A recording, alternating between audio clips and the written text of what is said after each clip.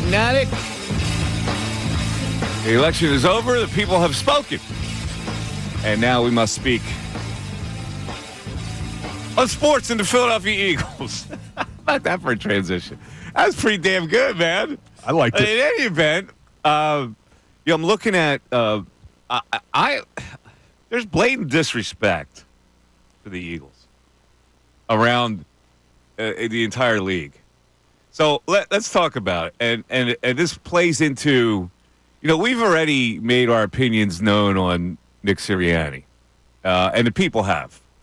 And I'm thinking, this is the only thing that's got to be holding back people from evaluating the Philadelphia Eagles. But the counterbalance to that is that Jalen Hurts is kind of getting undervalued at this point. Now, he's had several really good games in a row as a controlled quarterback.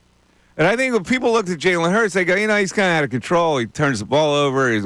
But they have found a formula that works for him where I wouldn't say he's above a game manager, but he's judicious with his throws, not turning the ball over, working off the running game primarily. Now, this is not normally a formula that we would see in Philadelphia, but somehow they have evolved into that because it's been very successful. The perils of it are when they don't have A.J. Brown, maybe they're not the same type of team, and maybe he kind of regresses. Like this weekend against the Cowboys, A.J. Brown probably will not play.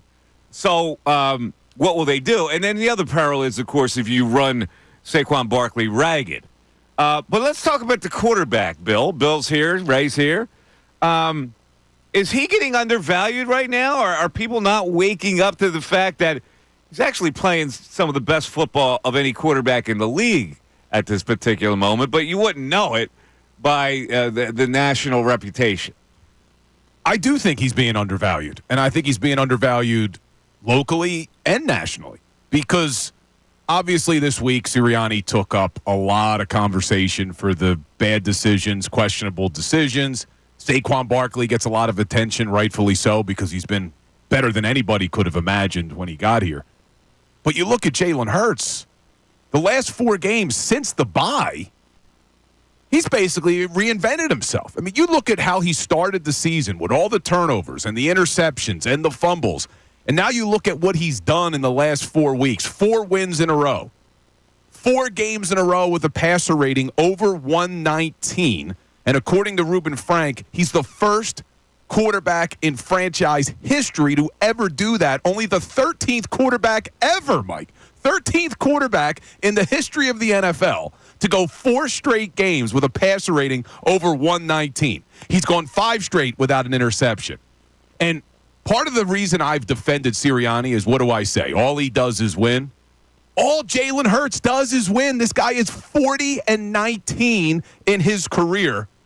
He leads the NFL with completions of 40+. He's got 8 of them already this season. He's on pace for over 4,400 yards, 38 touchdowns, but yet it still seems like maybe a part of the disrespect nationally and part of the questions locally are because people don't fully believe in the quarterback. And I'm not sure I understand why, because what he's put on tape the last 4 weeks should make everyone realize he can bring you a Super Bowl in this town. Well, I believe in the quarterback if he's this type of quarterback. If he is going to make plays with his legs and then be very judicious with his throws, then this is a winning formula for them. And they can't divert from the formula they have now. They need to run the ball now in the area 35 to 40 times a game. That wasn't really what the plan was, but somehow this is the plan that has given them the most success. So in that context, I really believe in him because he's going to add some rushing yards and some carries, and he's going to throw the ball 20 times a game. And you don't see many quarterbacks around the league these days that are going to do that type of thing and win games. I guess the Ravens do it a little bit, but that guy makes some spectacular plays also throwing the football. So, excuse me. Oh, I got choked up there. So I'm looking at this game. I can't believe that they could lose to Dallas the way the Dallas. I mean, they're so discombobulated, but they don't have A.J. Brown. So I think we're going to learn a lot about the Eagles in this game with this quarterback, and he's going to have to play a lot better without one of his security blankets there. But I'm looking at the power rankings. I think this is blatant disrespect. The way the Eagles are right now. And I know I bitched and moaned about the head coach and his whole thing, and but the Eagles should be ranked a little higher than 9, don't you think, in the power rankings? Yeah, look, the only one I saw having them ranked, I looked at all of them this morning. Pro Football Talk's got him 7th, but CBS, ESPN, they have him 9th, and you'd understand looking at the other teams in the NFC. Okay, you put the Detroit Lions above them. You put the Washington Commanders above them. It's the Chiefs, it's the Lions, it's the Bills. It's the Ravens. All right. You can get behind that. Yeah, that's like a Final Four. I get it. But the Packers and the Vikings? Well, the Commanders are 5. They beat the Giants last week, 27-22. They're 5. I think Minnesota is 6. They beat the Colts 21-13, struggled. The Pittsburgh Steelers are 7. They had a bye. The Green Bay Packers lost to the Lions. They're 8. It's blatant disrespect that the Packers are ahead of them, probably the Steelers, the Vikings, and the Commanders. I don't get that. I think that the Eagles are universally hated. Well, and you just said that the Packers lost to the Lions. The Packers also lost to the Eagles. First game of the season. So how could they be ahead of them? They're not buying into the team because of their head coach. Well, you say the head coach. That's a shame. The reputation is that he's going to screw it up, and they're not that good. They've been lucky more than good because of this guy. But you say it's the head coach. And the reason why we talked a little before the show, I said, hey, I want to see what people's feelings are about Jalen Hurts, because you look at The Athletic that power ranks the quarterbacks. They got Jalen Hurts 14th. 14th in the NFL. And it's because he's not doing anything spectacular. He's been the wins have been steady wins with a formula where it's Saquon Barkley carrying the team, and nobody is really thinking that Jalen Hurts is carrying this team. So that's why they ranked him so low. But the team as a whole has not impressed anybody. If you're going to make the Eagles 9 behind those teams I just mentioned, they're not impressing anybody, and I think that smacks of Philadelphia hate. I really do. But I'm curious though, what it is that's holding the national perspective tell you what it back. is. I think it's a blatant backlash to the buffoonery of the head coach. But here's why I'm not sure I agree. We've seen in the NFL over the years, good teams and good quarterbacks can overcome bad coaching. Bad coaching can never overcome poor quarterback play. So you look at this Eagles team, and whether you're a fan of Nick Sirianni or not, I think you can get behind the fact that they're 6-2, even with Sirianni making some questionable decisions, because, yes, they are that talented, because Sirianni is getting them ready to play. They do have good coordinators on both sides of the football. So is it the quarterback that's holding people back from fully buying in? Because you could see that this team can win despite the head coach. We've seen that at times this season. But no team, I don't care how good you are, I don't care how good your defense is, if your quarterback is playing poorly, if your quarterback is turning the ball over, it doesn't matter. You're going to lose a lot of football games. So is it the coach that's holding the national media back from ranking them higher, or is it their non-belief in the starting quarterback? Well, it's up to the people. We'll talk to the people about this, because this is General Knowledge Wednesday. And let me just add one thing, because the newsworthy thing is that Joel Embiid, they've given him more load management, and they've suspended him for 3 games, which plays right into the hands of the Sixers and Joel Embiid. So I have absolutely no opinion other than I sanctioned his shove of the reporter. And the way I look at it is this. It's like Henry Hill said in Goodfellas. Everybody takes a beating sometimes. So if you're not prepared to take a shove every now and then, as long as it's not a punch in the face that damages you and injures you, I think a reporter every now and then has to take a shove. And I know you don't believe in that, because it's It's assault, but it's really not assault. It's a statement. It's is what it is. And I think as a columnist, you should be prepared to take a shove every now and then. And I don't have any problem with it. And I would willingly take a shove. I think universally we all agree the original article that came out from Marcus Hayes was inappropriate. He didn't have to go there. He didn't have to talk about his deceased brother. He didn't have to bring his son into the equation. He just didn't have to do it. But I just don't think it should ever raise to the level of physical altercation, especially in today's world, Mike, because, look, when you used to cover the teams as a journalist, you had a platform they didn't. Yeah. It's a different world now. Joel Embiid's got more followers on Twitter than Marcus Hayes does. Yeah. Joel Embiid has more followers than the Inquirer does, probably. Yeah. So he has a platform to respond, whereas previously he didn't. So maybe, he gets aggressive and he comes after the reporter. Joel Embiid could have responded, and most fans, I think a majority of fans, looked at that article and looked at Marcus Hayes and said, what a damn clown. Like, that's how the perception I saw on Twitter, that was the perception I saw from most people I spoke to. They thought it was a ridiculous article. So I don't think he needed to make it physical. He could have responded on social media. There's so many occasions where you regret that you didn't get physical. No, there really are. When you would love to put somebody in their place, and the rules of society say you can't. That's why I say a shove is fine. Like, if you're going to go into the cauldron of being a columnist and write stuff that's, on the edge, you have to expect that somebody is going to be inflamed to the point where they may shove you. And I don't have a problem. I'm going to sanction all shoves. I'm sanctioning all shoves because as a columnist, you got to take it. Now, as long as you don't fight back, you take the shove and you move on. And it satisfies both parties. It satisfies Embiid that he did that. Otherwise, it was going to fester with him for a really long time. And that's the worst feeling you can have when it festers. I can understand that. I can understand that. It's hard when you take a step back and try to be in today's society and say, you know what, you shouldn't have made it physical. And I said this about the Kelsey incident, too. I would hope that if I was in that moment, I could react the way I think I would react sitting here, but you never know when you're all heated. Everybody takes a beating sometimes, and you got to be prepared to take a shove if you're a reporter. I have no problem with it at all, and I think 3 games maybe was mild, frankly, that the NBA reacted because the NBA doesn't want this to make a habit. As a human being, I look at it and go, fine, I'll take the shove.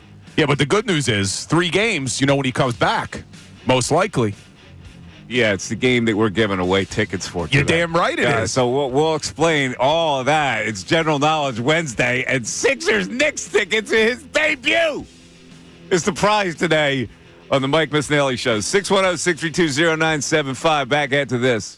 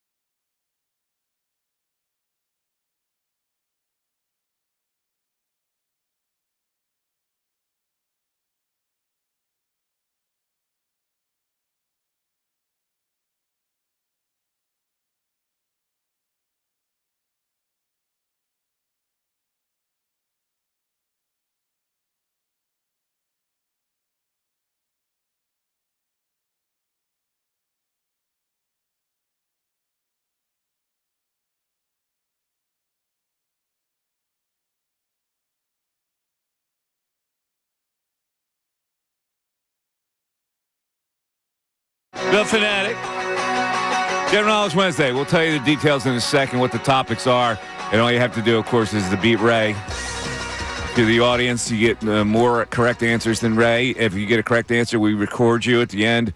If you beat Ray with the final total, you will be eligible to be randomly selected for a pair of 76ers tickets. November 12th. What day is that? Is that a Wednesday? I believe so. Wednesday against the Knicks in the NBA Cup, which is now has a sponsor, Tuesday. right? Tuesday night. Oh, it's Tuesday night. All right, it's the NBA Cup, though, first game. Which means if the Sixers have declared Joel Embiid ready to play, which they had to because of the 3-game suspension, he's required to play in the NBA Cup game. Yes, he is. So he should be there So November you're 12th. getting a guaranteed ticket. Well, as close to a guarantee as you can get, I guess. And some of us have tickets for the next night. Have fun, Ray. Well, look, Ray, you can win the tickets today if you beat the audience. Joel will be in a lounge chair while you watch that game the next night. Is there any Extra tall boy beer for me to make it a little bit more enjoyable. Yeah. Well, so let me explain what I got in a little late today, right? And my plan wasn't to get in late. My plan was that I was hungry on the way in. I got nothing in my house that I could have made. I don't even have coffee. No turkey left over? I'm barren. What about that turkey breast? Turkey's gone. So I am absolutely barren. So now I go, okay, let me roll over to the McDonald's that's closest to my house and get a couple sausage McMuffins and a coffee. With no egg. Right. So have you ever noticed these days you see all these videos of violence in fast food joints? Yeah. People just have a lack of patience. When it comes to getting their food, if they don't get it, they get inflamed and they start all kinds of trouble. Now, I'm not that type of dude, but let me just explain here. I'm going through the drive-through line. Now, if you go through the drive-through line and you don't use your mobile app, you are like the basement class on the Titanic as far as status goes, right? Are you using your mobile app today? No. Silence. Boom. So I go, no. Mike goes out. 10 minutes. 10 minutes I am in the line for the next voice to come. The voice hasn't come. 10 minutes. I'm going, 10 minutes. There's another voice isn't coming out. Finally, can I take your order? Yeah, 2 sausage McMuffins with no egg and a coffee. Okay, pull up to the second window. I pull up to the second window. I'm in the line for 10 minutes at the window. I look in. There, I see no one. No one comes to the window. I look in the window. I don't even see a worker in the joint. I look around. I see 3 cars, including a cop car, waiting in those little slots for their food. Now I'm going, this is 9 o'clock. Now it's 9:20. Who's the manager of this store? Seriously, I'm not one of these greedy idiots who want to fight somebody because I'm not getting my fast food. But I'm going, should this store not be managed properly? It's breakfast time. There's nobody in the joint to get your food. This is bad, man, because I'm starting to sound like you. I tell my wife all the time, I get frustrated with bad management. When you go to a place and there's bad management, there's nothing that frustrates me more. Man, me and Mike are starting to get more and more alike, right? I'm going, what's the reason for this? I always look for the reason. What could possibly be the reason in a breakfast hour that I don't even see a worker? I'm looking into this thing. I'm going to see a worker in there. I got no answers for you. What, did people have a sick out or something all of a sudden? There was a guy who came on the voice thing and said, are you using your mobile app today? I'm not, so I somehow go to the back of the line. 10 minutes later, I hear another voice. Can I take your order?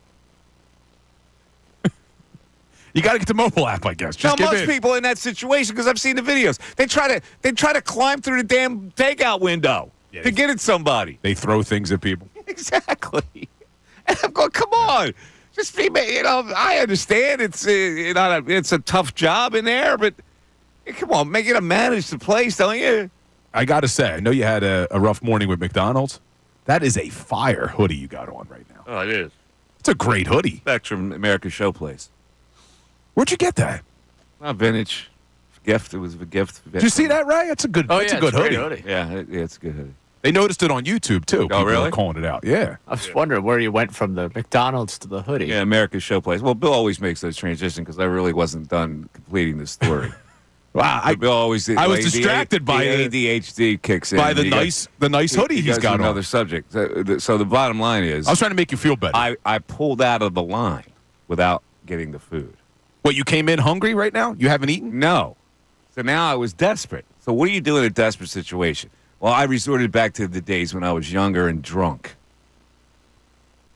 And I pull into a 7-Eleven, and I get myself a microwaved beef and red chili burrito. Oh my Oh, God. brother.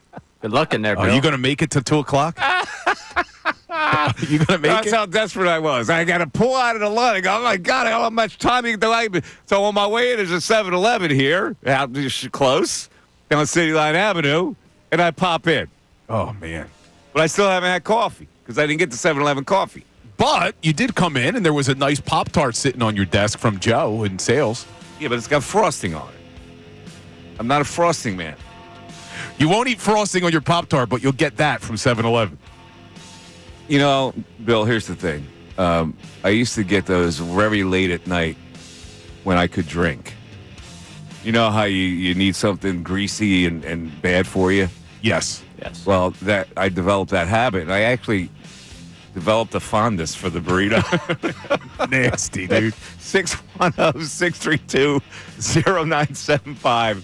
We're back after this.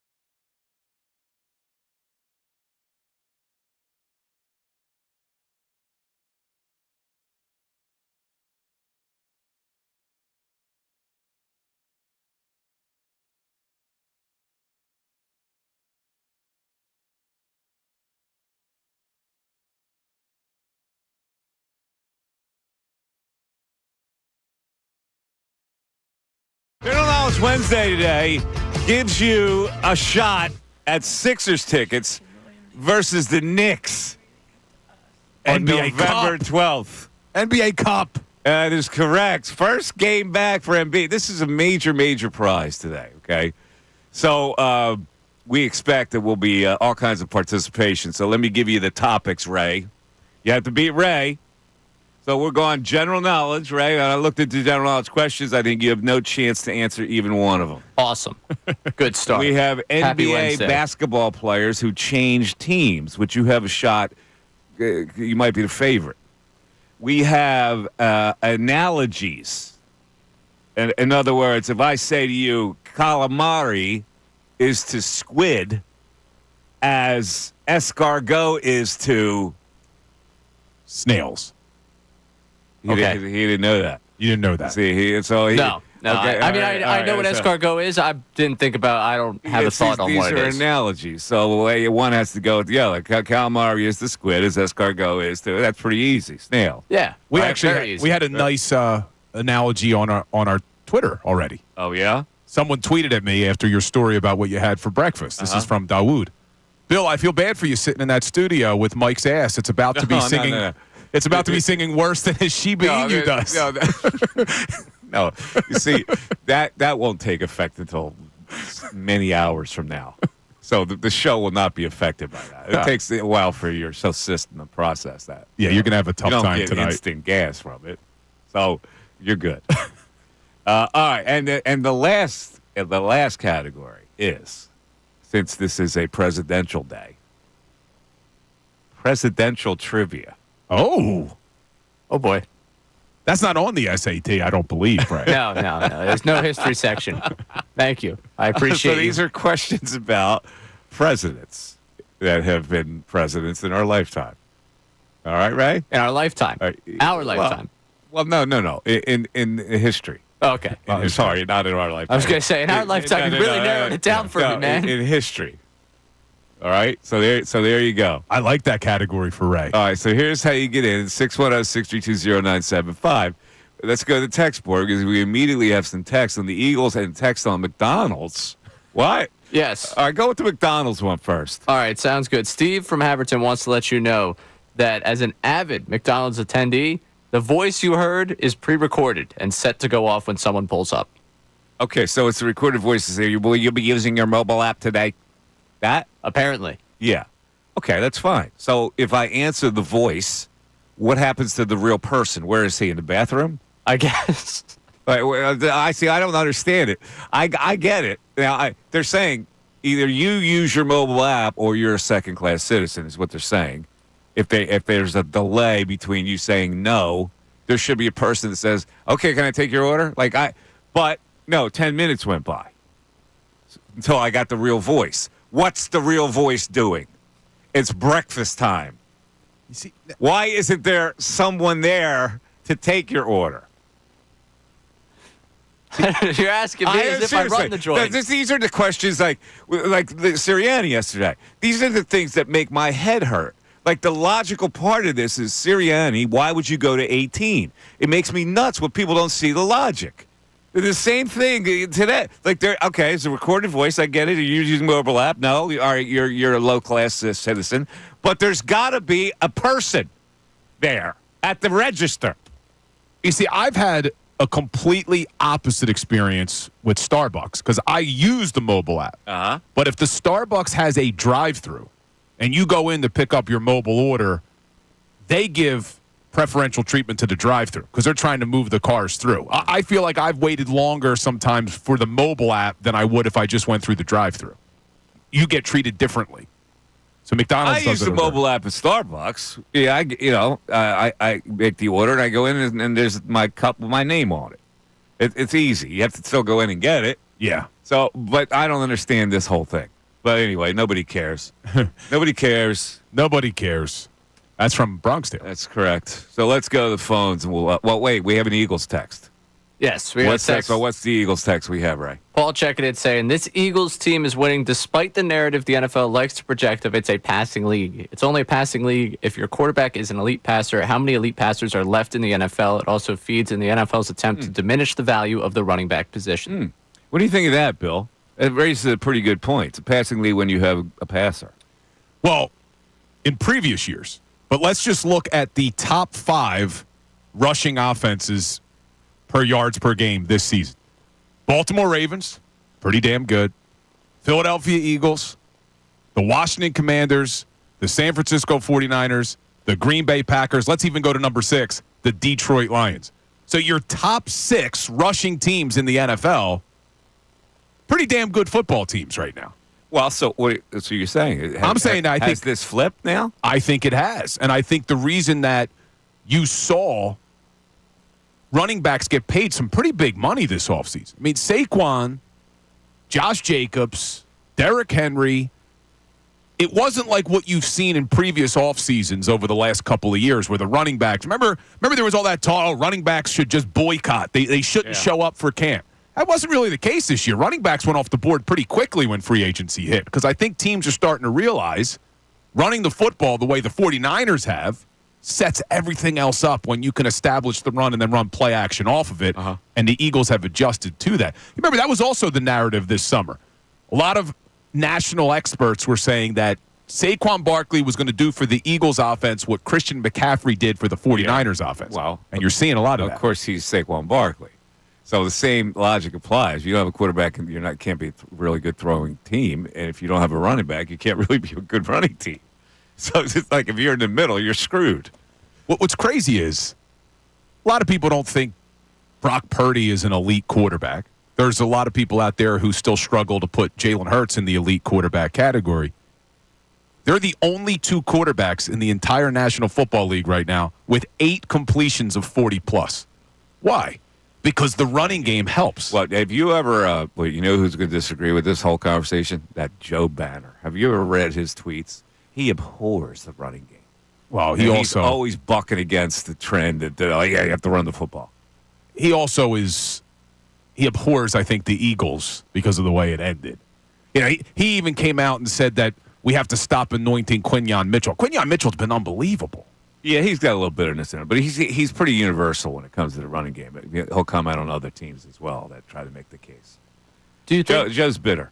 He is bitter. We're looking at an era right now, or specifically a season, where the defensive personnel, it's starting like, hey, if you get bigger and you start running the football, we've adjusted to the fact that the league defensively started to get into, hey, we have to defend the pass, we got smaller linebackers, we got quicker linebackers, that, hey, if we just start run blocking and going at more 2 linebacker sets, we're going to find plenty of open room for our running backs if we have a talented enough guy.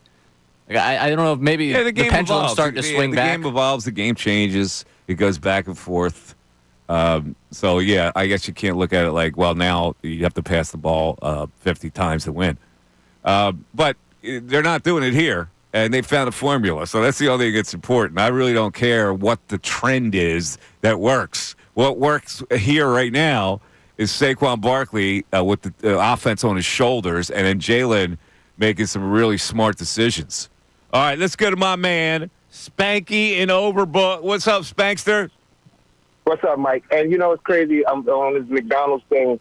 I'm surprised you even ate that, Mike, because I went out Saturday and had me, before I went out, I had a chicken Big Mac because I wanted to taste it. Yeah. And later on that night, I went to the bar. I had to fight the temptation of doing the number 2 in the bar, Mike. I had to hold it.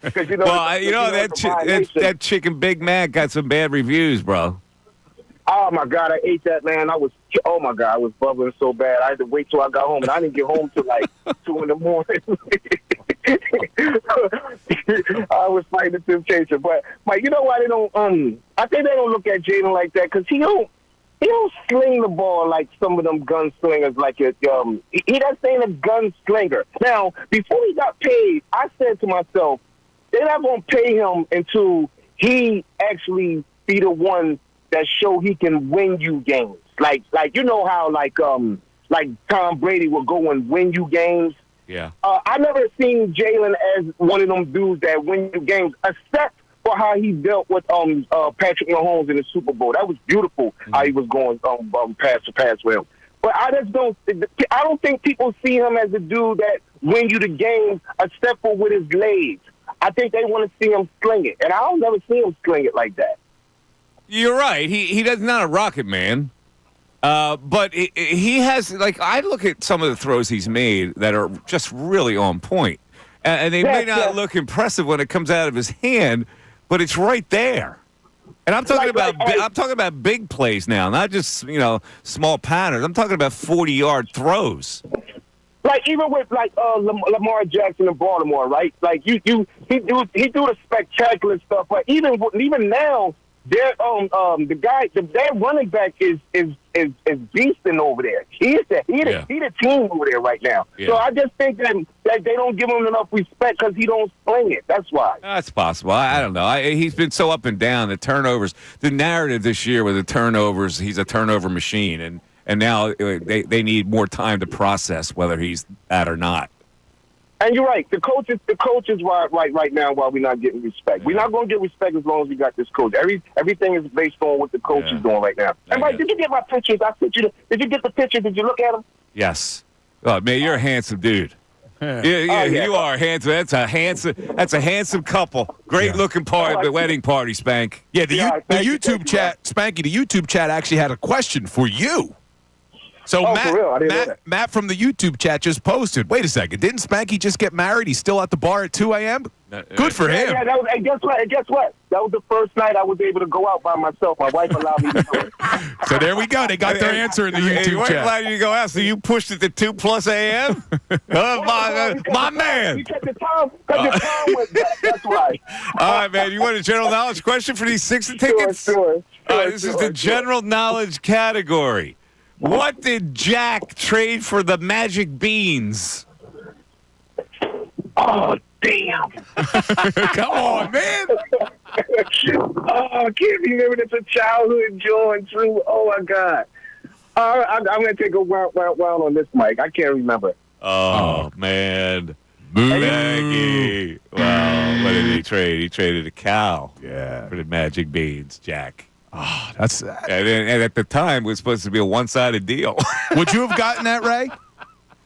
Would you have gotten that? That's a terrible deal. Who made that deal? That's the worst Howie Roseman trade I've ever heard of. Howie can't assess his beans. Yeah. Beans for a cow? What? All right. Ray, here you go. General knowledge category. What legendary character turned everything he touched to gold? Oh, man, Ray's going up very short here. Very short. Very short. yeah. No, I'm gonna take the L. I'm not gonna. It's a muffler company. Well, I was going to say, there's really 2 answers, isn't there? No. I know you're thinking Midas. Yeah. But didn't Rumpelstiltskin also turn things to gold? He spun yarn into gold. Okay. So the Midas, Midas touch is what you're referring to. Correct. Yes. Everything he touched turned to gold. And Ray with the Ziggy. Yeah, that's too disappointing. Two very disappointing entries. They were in this contest. They were almost as easy as a pipe and a button nose. All right, buddy. Well, you confused Midas with the Rumpelstiltskin. No, I said there were 2 potential answers. You're Mr. Fairy Tale? There were 2 potential answers. If Ray would have said Rumpelstiltskin, I would have argued he should get that correct. That's not even close. It's not correct. He spun yarn into gold. How's that close to touching something? You were also wrong. I don't think you said touch. I thought you said turned. Anyway, doesn't matter. What legendary character turned fine. everything he touched All right. to gold? The Midas touch. I stand corrected. No, Rumpelstiltskin? I used to love Rumpelstiltskin. It was very easy. It was very easy. It was Rumpelstiltskin. No, I said Midas. There are 2 answers to that, aren't there? I said there could be a second One was in front of a spinner, spinning gold out of yarn. All right, back to sports. Back to sports. Hold on, I was looking something up while you were on the call with Spank. So Ray brought up an interesting point about the running game, the passing game. Just how about this, about how much the NFL has changed? I went back to 2021 to look at what team led the NFL in passing yards per game and how much was it? It was the Bucs, and they led the NFL at 308 per game throwing the football. Mm-hmm. This season, right now, the Seattle Seahawks lead the entire National Football League at only 268. The NFL is changing from a pass-heavy offense to a run-first offense. That's 40 yards per game difference between your league leader, 308 to 268. Wow. It's a big difference, Ray. It's a major difference. It is. It absolutely. Right. I don't know if you want me to dispute the numbers there. I was just throwing out a theory of the game. Yeah, Ray's just blown up and blown away by that. Ray's still thinking about the Midas stuff. Well, you're looking at me like you want me to dispute those numbers. That's only supporting what I just said. And I appreciate you coming in and saying that, hey, Ray might have had a point there with the game's changing. Yeah, everything is changing. All right, so Nick Sirianni is joining us at 12:10. I just want to let people know ahead of time so you can set your alarm because you don't want to miss the pearls of wisdom. I don't like tardiness. And I'm the dumbest coach in the world. He's been on time. Ray. I don't know if they will continue the narrative after he actually doubled down. Do you think that a question will be asked on further review now that you've doubled down? Have you tripled down? Like, I think that there will be zero questions about the Jaguars game. probably. I think it's going to be all about the Cowboys week and all that, and So much good. Cooper Rush and what he's going to mean for the Cowboys offense. It's going to be all related to the Cowboys. All right, let's go to Ed in North Philly. Ed, you're on 97.5 The Fanatic. What's up, Ed? Mike, what's up? How you doing? You guys talking about the power rankings, and you guys also talking about how the game's transitioning back to the running game. And it's funny, a year or 2 years ago, they were trying to devalue the running backs. Yeah. And we probably got Saquon at a value that if the game had already transformed, I think he would be a $15 million a year guy. But as far as the Jalen part of it, every time, these talking heads on the big networks talk about Jalen, he go out and outperform. At one point, Trevor Lawrence was a darling of the league. So was Justin Herbert. Jalen constantly steps up in these games that he's supposed to be perceived as the lesser quarterback. Yeah, he hasn't gotten.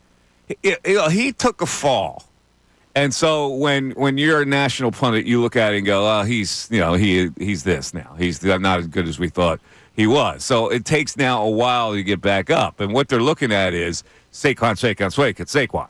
The whole like he's been so dominant that they don't even like Jalen's become an afterthought. But the fact of the matter is, that running back has made him incredibly efficient as a quarterback. And if you're going to look at guys like Brock Purdy as the efficient quarterback, why can't you look at Jalen? And exactly, to the point, Mike, that's my thing, because it's like Lamar, we might be having a different conversation without Derrick Henry. Like, he's elevated Lamar's play. And, like, all of us know, like, if Jalen's throwing the ball 25-plus times a game, the odds of us losing are really high. But now we got a balance with Saquon, him, AJ. Yeah. We got, but that's why he's judged the way he is, though, Ed. Because like Jalen has the mantra or he's advertised as the dazzle player. Purdy's not. So, but you can put Purdy in perspective doing what he does. Jalen like showed you a certain dazzle. So he's judged on that respect. I'll take the game manager and Jalen, what we have versus Justin Herbert. Oh, I hear you. I think we would all do that here following the Eagles. I think the national people, though, look at it a little differently. All right, man. You want a general knowledge question for the tickets? Yeah. Here we go. These are analogies. So if I go, like, this is the calamari to squid, escargot is the snail. So adjective is to a noun as blank is to a verb. Adjective is to a noun as blank is to a verb. Adverb? Correct. Nice. Adverb is correct. Hold on. There's our first correct answer. Well, I was going to give him day. a hint by saying quickly, because that's an adverb. Okay. You know that, Ray? That would have helped so much. That's an SAT question. Yeah, adverb was that's all right, Mr. SAT. You should be getting this one. Okay. XY is to a man as blank is to a woman. XX. Correct. Ray ties the score with a little DNA, a little chromosome question. He does, but I'm going to poke a hole again. What now? Jamie Lee Curtis has an X and Y chromosome, but her Y chromosome is inactive. So she is still considered a female according to the chromosomes. So what she proved to scientists is it is not the existence of two X chromosomes, it's the non-existent of the Y chromosome. Gee golly, Mr. Science. Did you like that?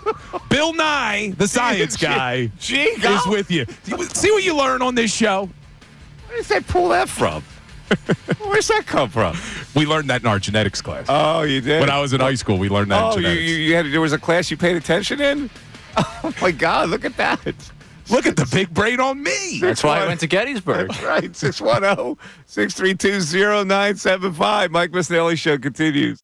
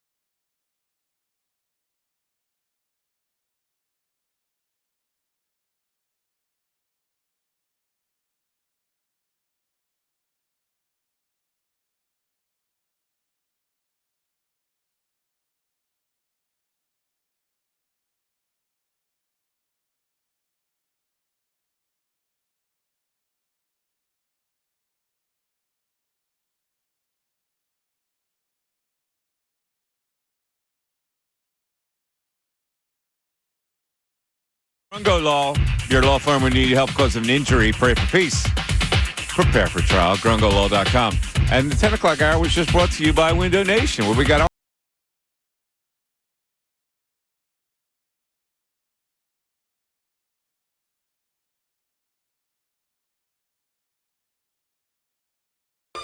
Genitalia, which I think is.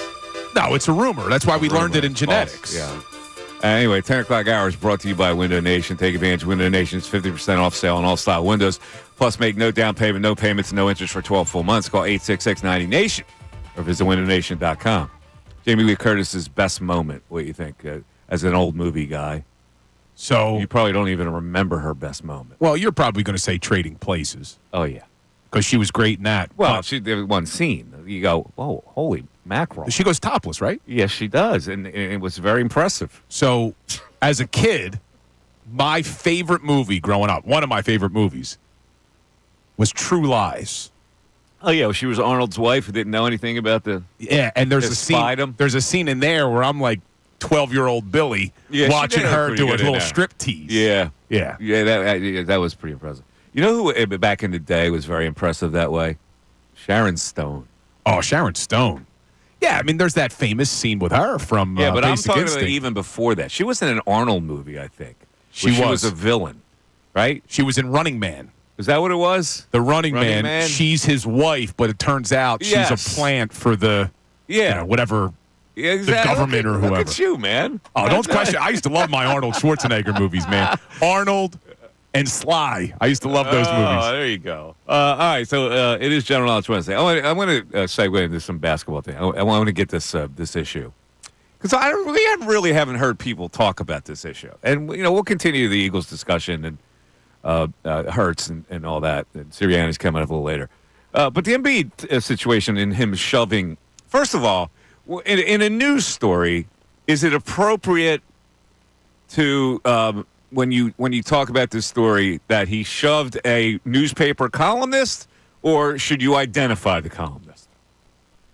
Like, Marcus Hayes is getting a lot of pub out of this, when I don't think a columnist, like, unless it's a national columnist that everybody knows, maybe you just refer to him, shoved a newspaper columnist.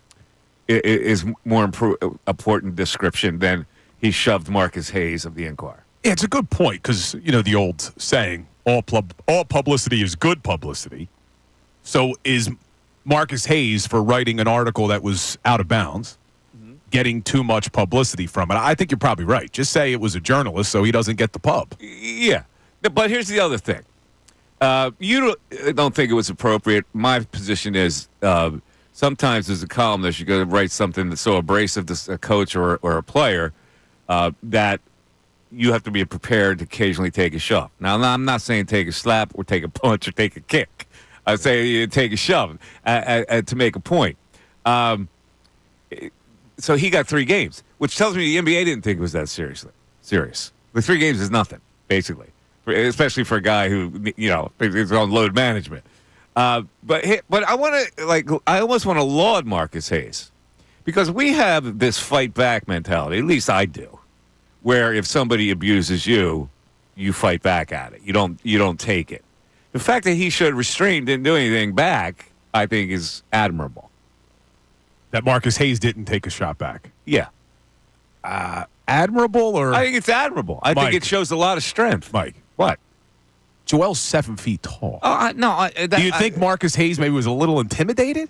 You're going to give him credit for not swinging back? He was probably like, please. First of all, Help that's me. not going to escalate into a fight because people are going to jump in right away. So if you shove a guy back, that would be a response that would normally be your response. Like if you're on the street and somebody goes up, I hate you, Bill, and shoves you, what do you do?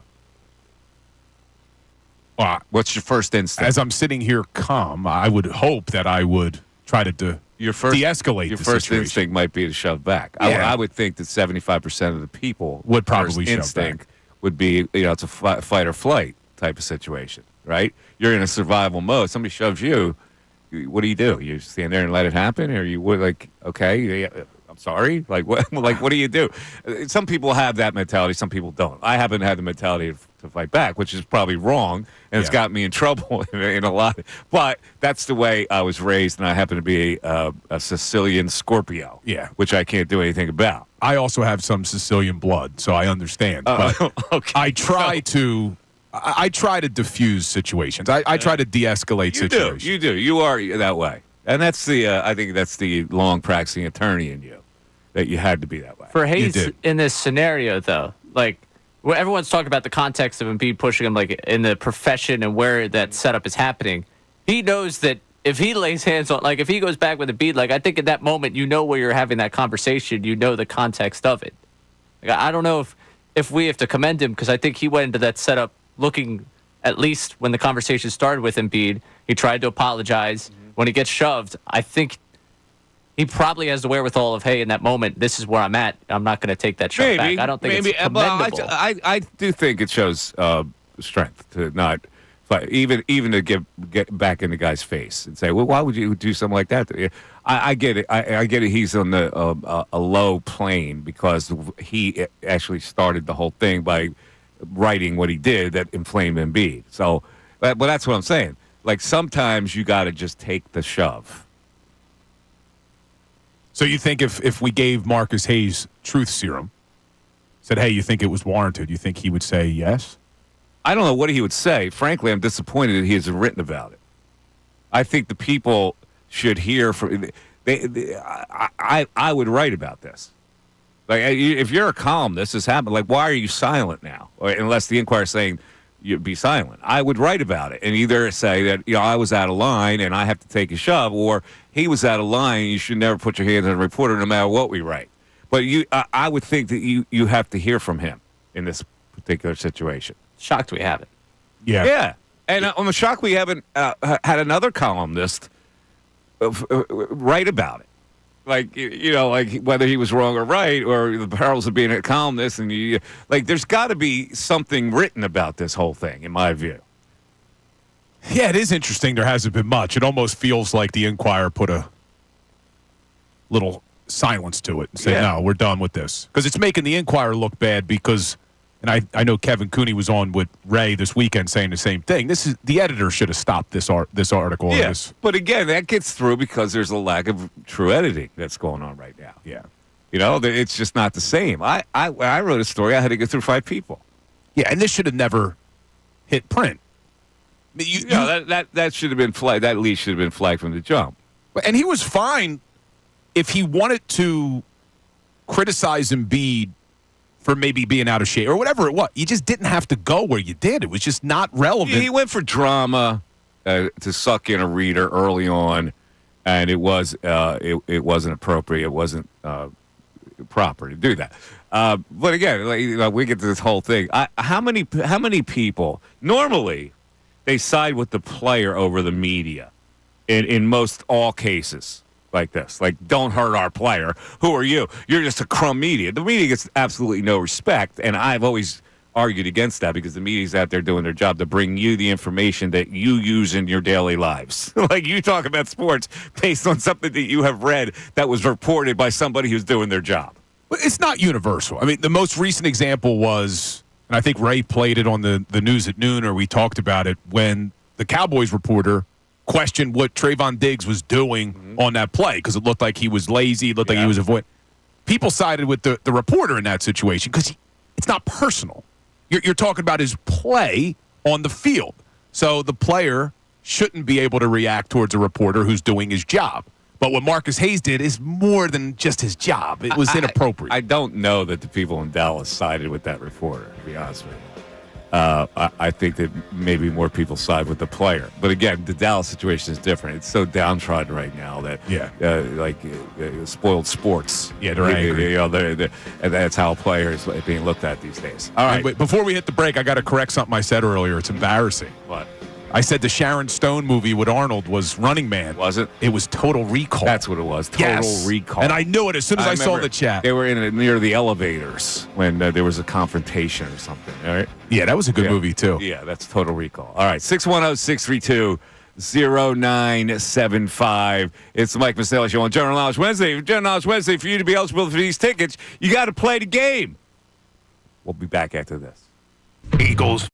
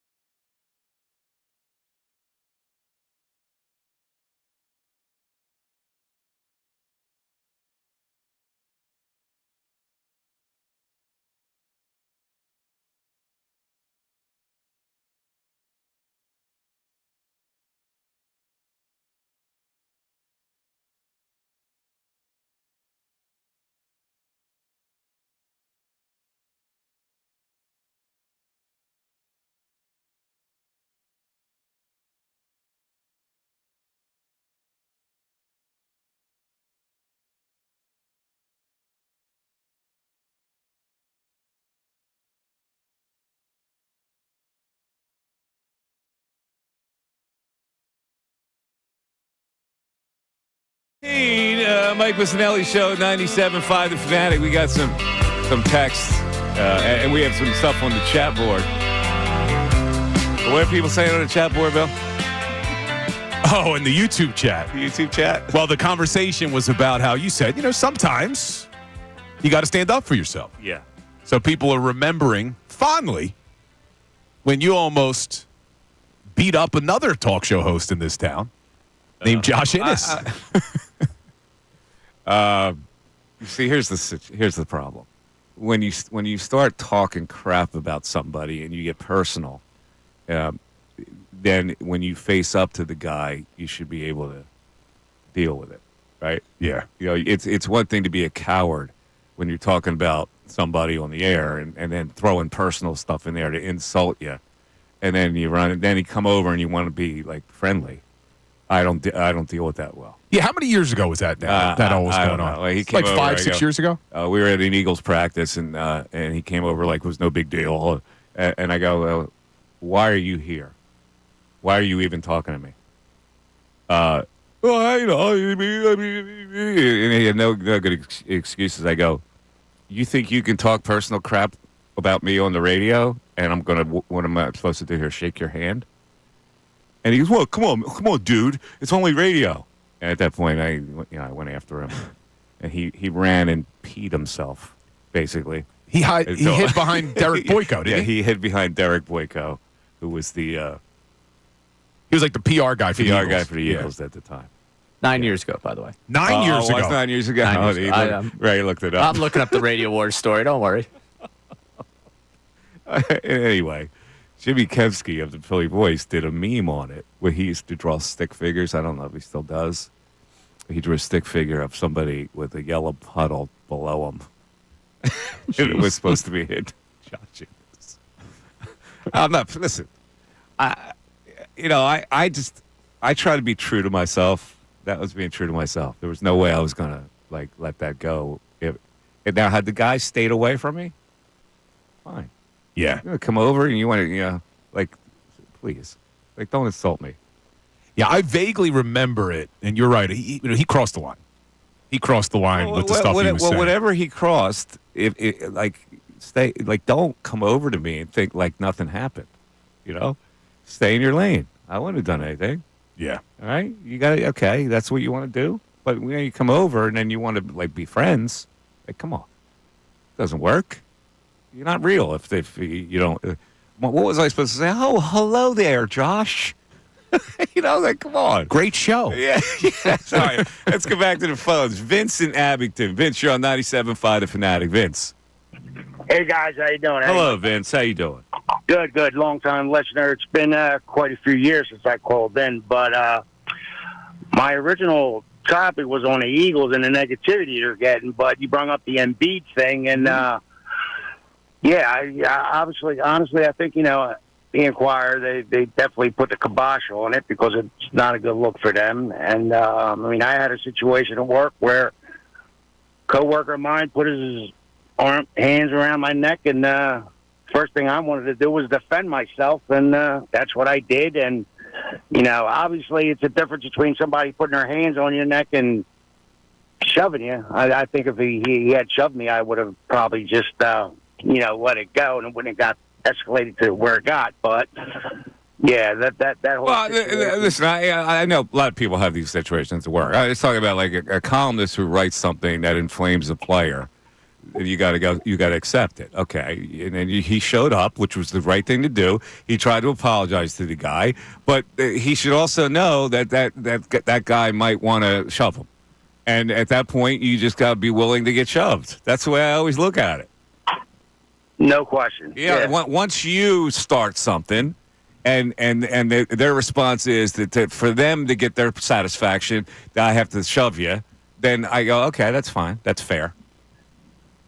Yeah, no doubt about it. Yeah, I feel the same way. Yeah, as far as the Eagles go, I think most of the negativity they're getting is due to the coach and some of the stuff that he does. And bottom line, I think it's really the players on the field who are the ones that are going to take them far. I honestly believe that. Well, And, I mean, I don't know. Listen, if they keep winning, again, the chickens come home to roost sometimes where they're going to have to go, you know what, maybe I didn't understand Sirianni. Obviously, he has negotiated this team through the tough waters, and they're actually a good team, and maybe he's a good coach. They're going to have to reach that moment if this continues to go on.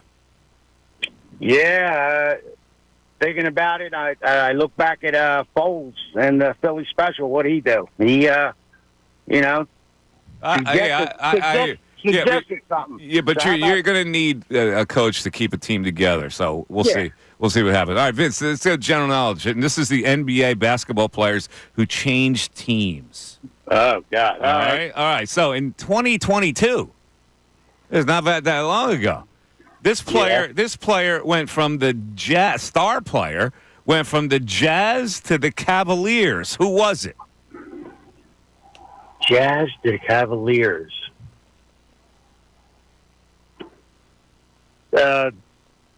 Donovan Mitchell? Correct. Hold on a second. Donovan Mitchell. Wow, I didn't think he was going to get that. I didn't think he was either. He may have cheated. Yeah, that was a little long think way. that was a but, cheat? It's a pretty quick Google if he did. Google pretty does quick. take forever. That dial-up internet does take a long time. Well, Ray, your question is a player who went to the same team. This player went from the Timberwolves in 2014, from the Timberwolves to the Cavaliers. Show me a little love here. Kevin Love. Kevin Love is correct. Oh, that was a bop for him. Yeah, he got cocky, Yeah, too, he didn't did get cocky. He did. He did. Look at that. T-Wolves, the Cavs, 2014, coming back with Braun. Come on. We are tied. 2-2. How about this? And the prize is Sixers tickets for Joel Embiid's debut versus the Knickknacks. The first game of that play-in tournament, or not the play-in, the NBA Cup, whatever it's called. 11-12, November 12th, Tuesday night. So what will the Sixers' record be then? 1-8? How many more games do they have before that? They play tonight at the Clip Joint. Yeah, they play tonight. At the Clip Joint at the Intuit Arena, and apparently the fans are not into it yet over there. Because that was a good pun. You see what I did? See what I did there? Thank you. 610-632-0975. Next category up, presidential trivia. Mike Missanelli Show, 97.5 Fanatic.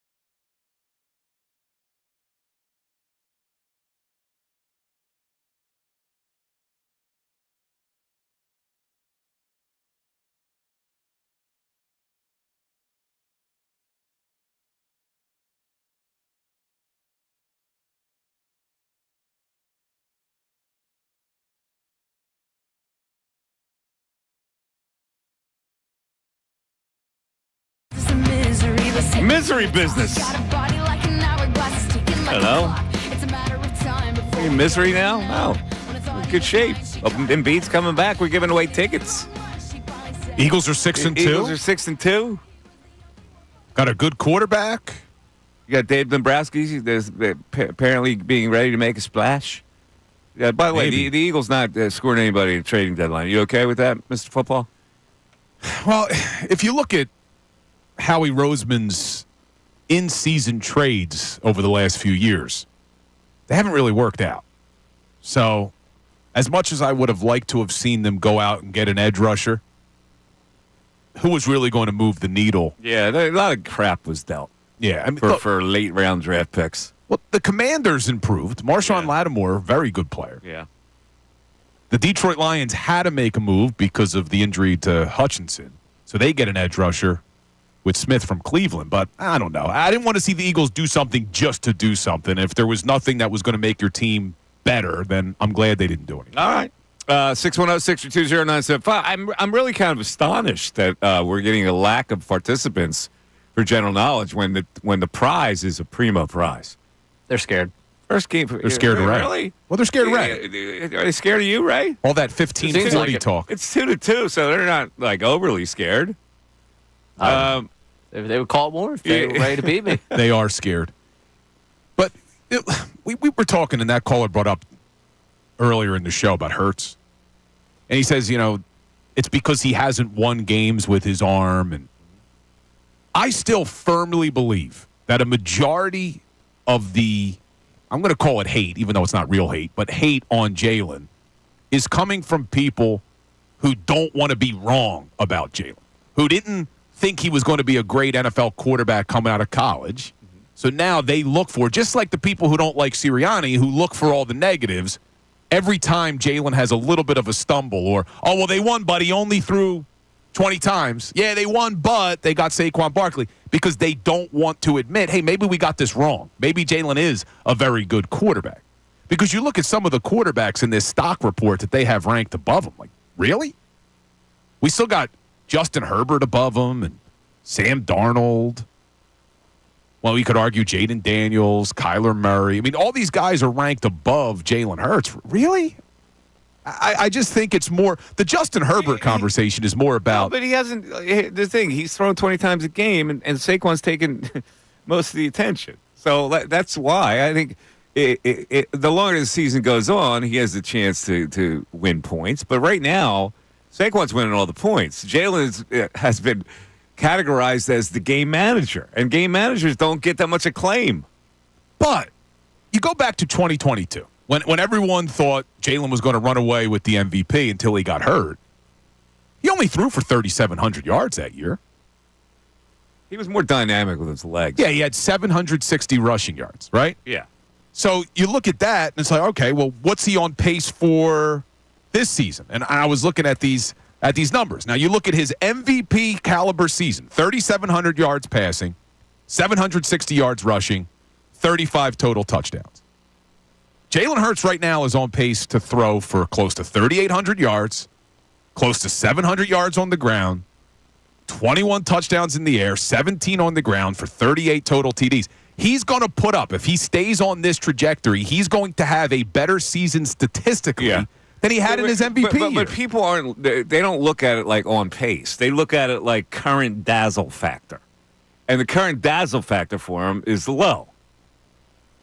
Yeah, they're not going to look at it on pace to rate him. They're going to look at the current dazzle factor. Yeah, but you look at some of the throws he's made, and I know we're not asking him to throw the ball 35, 40 times. Yeah, but it's still not at the dazzle level. It's just not. Like, before, in 2022, is at the dazzle level. People are, oh, my God, this guy, he's winning games by himself. Right now, it's going to take a little more time when people get used to the game manager Jalen, even though he's made some really good throws. Saquon has been a detriment to the attention they're paying to Jalen. Bill brought up Herbert there briefly for a second, which I think is an interesting comp in what, we could go career accomplishments, but even just this year specifically. Hurts thrown for more yards. They've both thrown for the same number of touchdowns. Herbert's only had 3 games where he's thrown over 30 passes. Hurts has had 4 of those games. Like, so in terms of what they're being asked to do, I think it's a little bit of flash of like, oh, Herbert, maybe you can make that throw for 60 yards that could give you, like, I think. Yeah, but the fact that he can make that throw is what people look at. I know, He's got the throw dazzle factor. We had the conversation earlier in the show about, 8 passes of 40-plus yards this season? Yeah. Hurts is tied with Purdy for the lead on that. And it's not like these have been all yak-type catch and runs. No, like, there's been some beautiful throws. They've been fantastic throws. So I think it is a little disrespectful nationally for the conversation where Herbert is right now, where everyone's got top 10. I agree with and you. And Jalen's in the middle of the pack. That it's disrespectful. I'm just trying to come up with the rationale for why they're feeling that way. And I think it's because they haven't been dazzled by him. They look at that 40-yard throw as a product of what they're doing with the running game and play and all that kind of stuff instead of, wow, he's making these sensational throws in the pocket all the time. I understand what you're saying. I'm shocked that we don't have more people that are behind, like feel like they're sticking up for Hurts. Because I feel like our guys, you talked about earlier this show, our athletes, we like to stick up for them. I thought there would be more for people of like, hey, Hurts is not respected, but maybe people don't feel that way about him. But Mike, I'll give you some more stats of why we should be respecting Jalen. Since the bye, yards per attempt, he's number 2 in the NFL. On target percentage, he's 3rd in the NFL. Passer rating, 3rd in the NFL. Rushing yards, 4th. Why? Rushing touchdowns, Why? 1st. Why though? Why? Why are you all those numbers are for what? Why are they coming up? Well, those numbers are coming up because of. I don't want to hear the opponent. No. You're saying because of Saquon? Yes, because of their whole style has changed, where it's more judicious what he's doing, which leads to better statistics that people don't immediately take inventory of. I understand that, but this is the same argument that people made in 2022. Well, Jalen's not that good. Look at all of his weapons. And there's no quarterback in the NFL, and don't give me Mahomes because he's a unicorn. There's no quarterback in the NFL that succeeds without weapons around him. So, yeah, Saquon is very good, but Jalen is making big-time throws. He's not making 35, 40 throws a game, but when you're asking him to throw the football, he's making big throws. Go back to the Bengals game. That 4th down pass to A.J. Brown with pressure in his face, beautiful, man. Oh, absolutely. And look, the Saquon catch against the Jags. That was a great catch in the corner of the end zone. It's a good throw. Sure is. Absolutely. All right, we have a text on a another McDonald's text. People really want to help you out. All right, go ahead. Eric texting, I use the McDonald's app when I go there. It's hit or miss depending on which restaurant you go to. Usually as soon as I pull up to the drive-thru that you play that automated voice and I tell them I do have a mobile order, it takes them 5 to 10 minutes to reply saying, how may I take your order? I just told you, I have a mobile order. Shaking my head. I don't. This app thing is way out of control for me. Like why? And I brought this up before. You get points, Mike. I don't care about my damn McDonald's points or my Wawa points. Like I don't need to get points. So I'm not using the app. The drive-through line is what I use. I go in there. I'm expecting to make an order and get out of there in a couple minutes. That's why I go through the drive-through line. I don't want to go through the hassle of an app. So just take my order. Let's process it. I'll roll to the second window and let's move. You confuse me, man. What? Because you love your CVS receipts. You love to go through them to get your coupons. You walk into CVS, you spend a $50 bill. I need those coupons to reduce that. Everything you buy in CVS, you go in CVS, you get away with less than $10 for something. No, but if you're going to take the time to look at the receipt and save the coupon and bring it back to the store the next time, all you got to do is if you order your McDonald's on the app, you're paying anyway. Why not get the points so you get your free stuff? I don't want the point. I don't care about the points. I'm not going to weasel my way into free food with the points anyway. It's a modern coupon. Right? The only coupons I use are the CVS because you can get $5 off. You can get $20 off an item. I go in CVS and I look at my it's $55 for crap I bought. Foot powder, Motrin, whatever. You're over $50. I need that money off. Dude, I go to Starbucks twice a day, so I'm spending the money anyway. So I got the app because, they're expensive and I'm spending a ton. But every once in a while, I got free coffee today. I'm going to do it anyway. Why not? I don't care about the free coffee. I care when something costs a lot of money to get some money off of it. That's why. And CVS is notorious. People, I know people feel the same way I do. You can't get away with spending less than $50 freaking dollars at CVS. You can't. It's impossible these days. Because you look at something, I need this. Oh, wait, now I need this. I got to grab this. So you get 4 items, you're at 50. Yeah. I'm with you on this one, Bill. I don't get how it's just CVS. It's totally CVS because when you're spending 50 plus, you need the coupon. If I'm going to Starbucks, I don't need a freaking coupon or free coffee. I got a McDonald's. It's what $12 is going to cost me. I don't need points. Yeah, but you're doing it anyway. Like I don't care what the points. I'm not going to be the guy that goes, I got points. You don't have to. Give me a free burger. You don't have to. I got the app for Starbucks. I go there twice a day. When I go to make my mobile order before I get there, it tells you have rewards. You click it, it takes money off. It's the same thing as your long coupon that you collect. It's a beautiful thing. I was days I had the Starbucks rewards thing. Perfect. Put up the scanner, free coffee. And you get it, and you can keep rolling over with it. I don't have it anymore. Oh, God. That. Free coffee? Yes. Is what you guys, they give away free coffee like they're giving away mints at a restaurant cash register. No, sometimes I get my routine. You get free coffee when the Eagles win. You get free coffee when this happens. You get free coffee over here. You get free coffee. The Joy of working towards it. You have a group rewards plan, and one person is getting you all the way up to the point with the free coffee. My treat after every show is I go and I get a latte. You're talking about a $6 latte. Yeah, I've been there. So I get it for free every once in a while. It's $6. Why not? I'm spending the money anyway. See, I'm with you. There's a nice coffee shop down the street from me where I live. You must not go to CVS very often. My wife usually goes. See, you have no familiarity. Yeah, if I go to CVS, it's because it's probably Mother's Day and I need to get a card. Well, you need stuff that's from CVS. You need it. No matter what it is, you need it. You don't want it, but you need it. So you go in there, but everything you buy adds up to go over $50. Yeah, you may need some Pepto-Bismol after your breakfast today. But I need food, too. And if I could save money on the food that I need. Okay, well, like I do actually have the giant grocery store app. And you put your numbers already in there. I do go, okay, I get the coupons for that. Digital coupons I'll use for that, which is automatically taken off. So I know what you're talking about.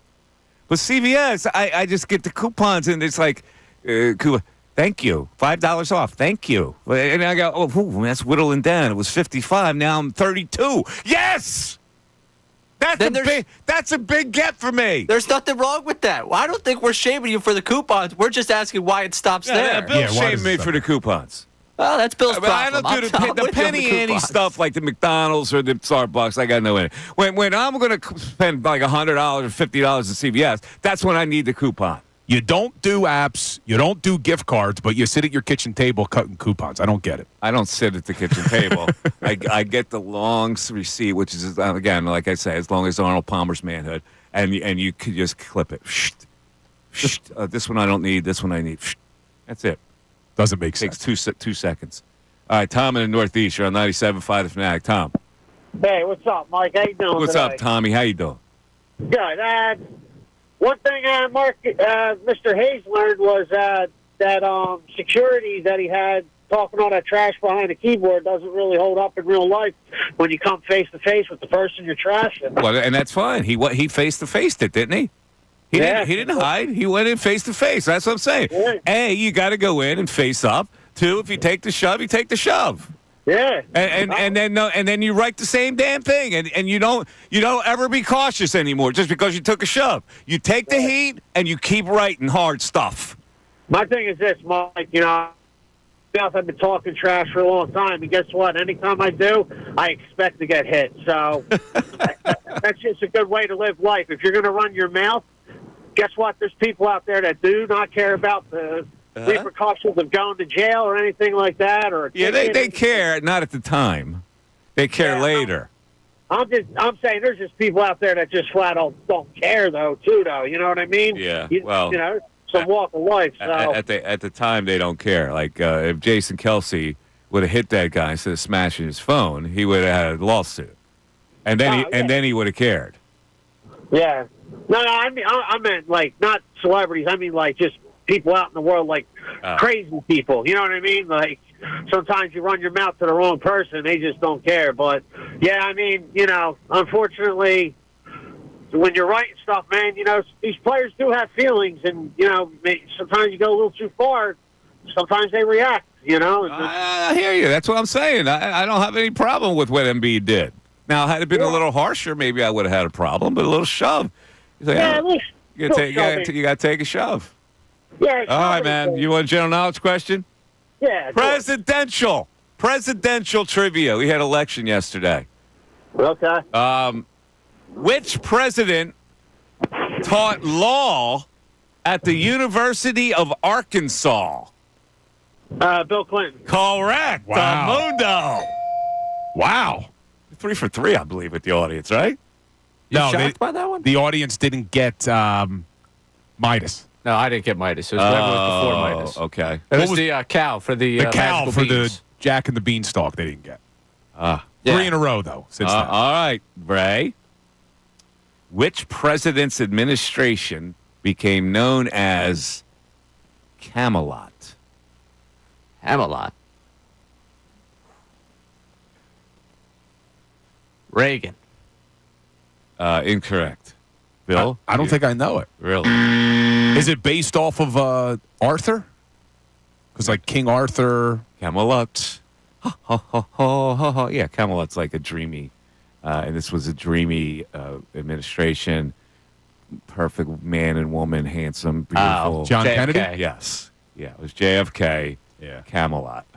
Makes- Jackie. I just went Hollywood with it. I was like, actor. That was the thought process behind the Reagan guess. not watched too a bad. show the other day that Marilyn Monroe being involved with John F. and then also Bobby. Like somebody was describing a party where JFK came out of a bedroom and Bobby went in. And those boys Oh, no, I got people. were horn dogs. I got people in the YouTube chat coming at me that I didn't know that. I wasn't even alive then. Were you alive when George Washington crossed the Delaware? What is this excuse? That I wasn't alive then. So I'm supposed to know what his You're not supposed to cabinet's know about nickname was? presidential history? Yeah, of course I know who JFK was, but I don't know the nickname his cabinet had.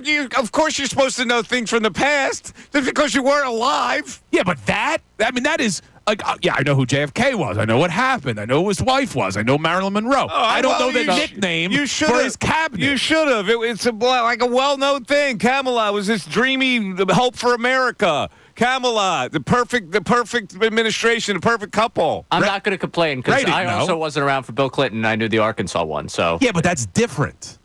It's different. This is a nickname for a cabinet from 60 years ago. Yeah, but if I didn't know that Clinton was from Arkansas, then I would have never gotten The the. administration was known as Camelot. It's well known because it was unlike any other presidential administration where it brought fashion into the White House. This dreamy utopian society of change. It was known as Camelot. Jalen Hurts having a great season since the bye. 610. All right, 610-632-0975 is how you climb in. All right, let me tell you what's coming up. The news at noon. Nick Sirianni. I don't know what's more entertaining. I got to be honest with you.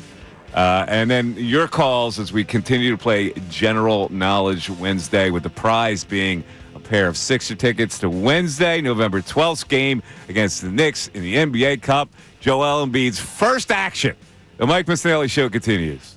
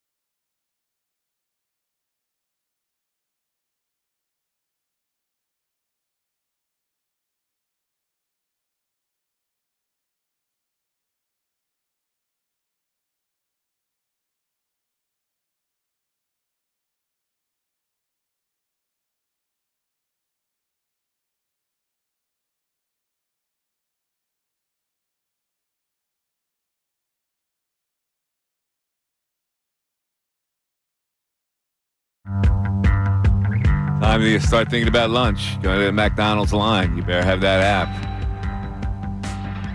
You get waited on right away. Listen, they just got through a situation where quarter pounders with cheese are now cleared to serve. They had a setback there. Just a little, what was it, Ray? Did I miss it?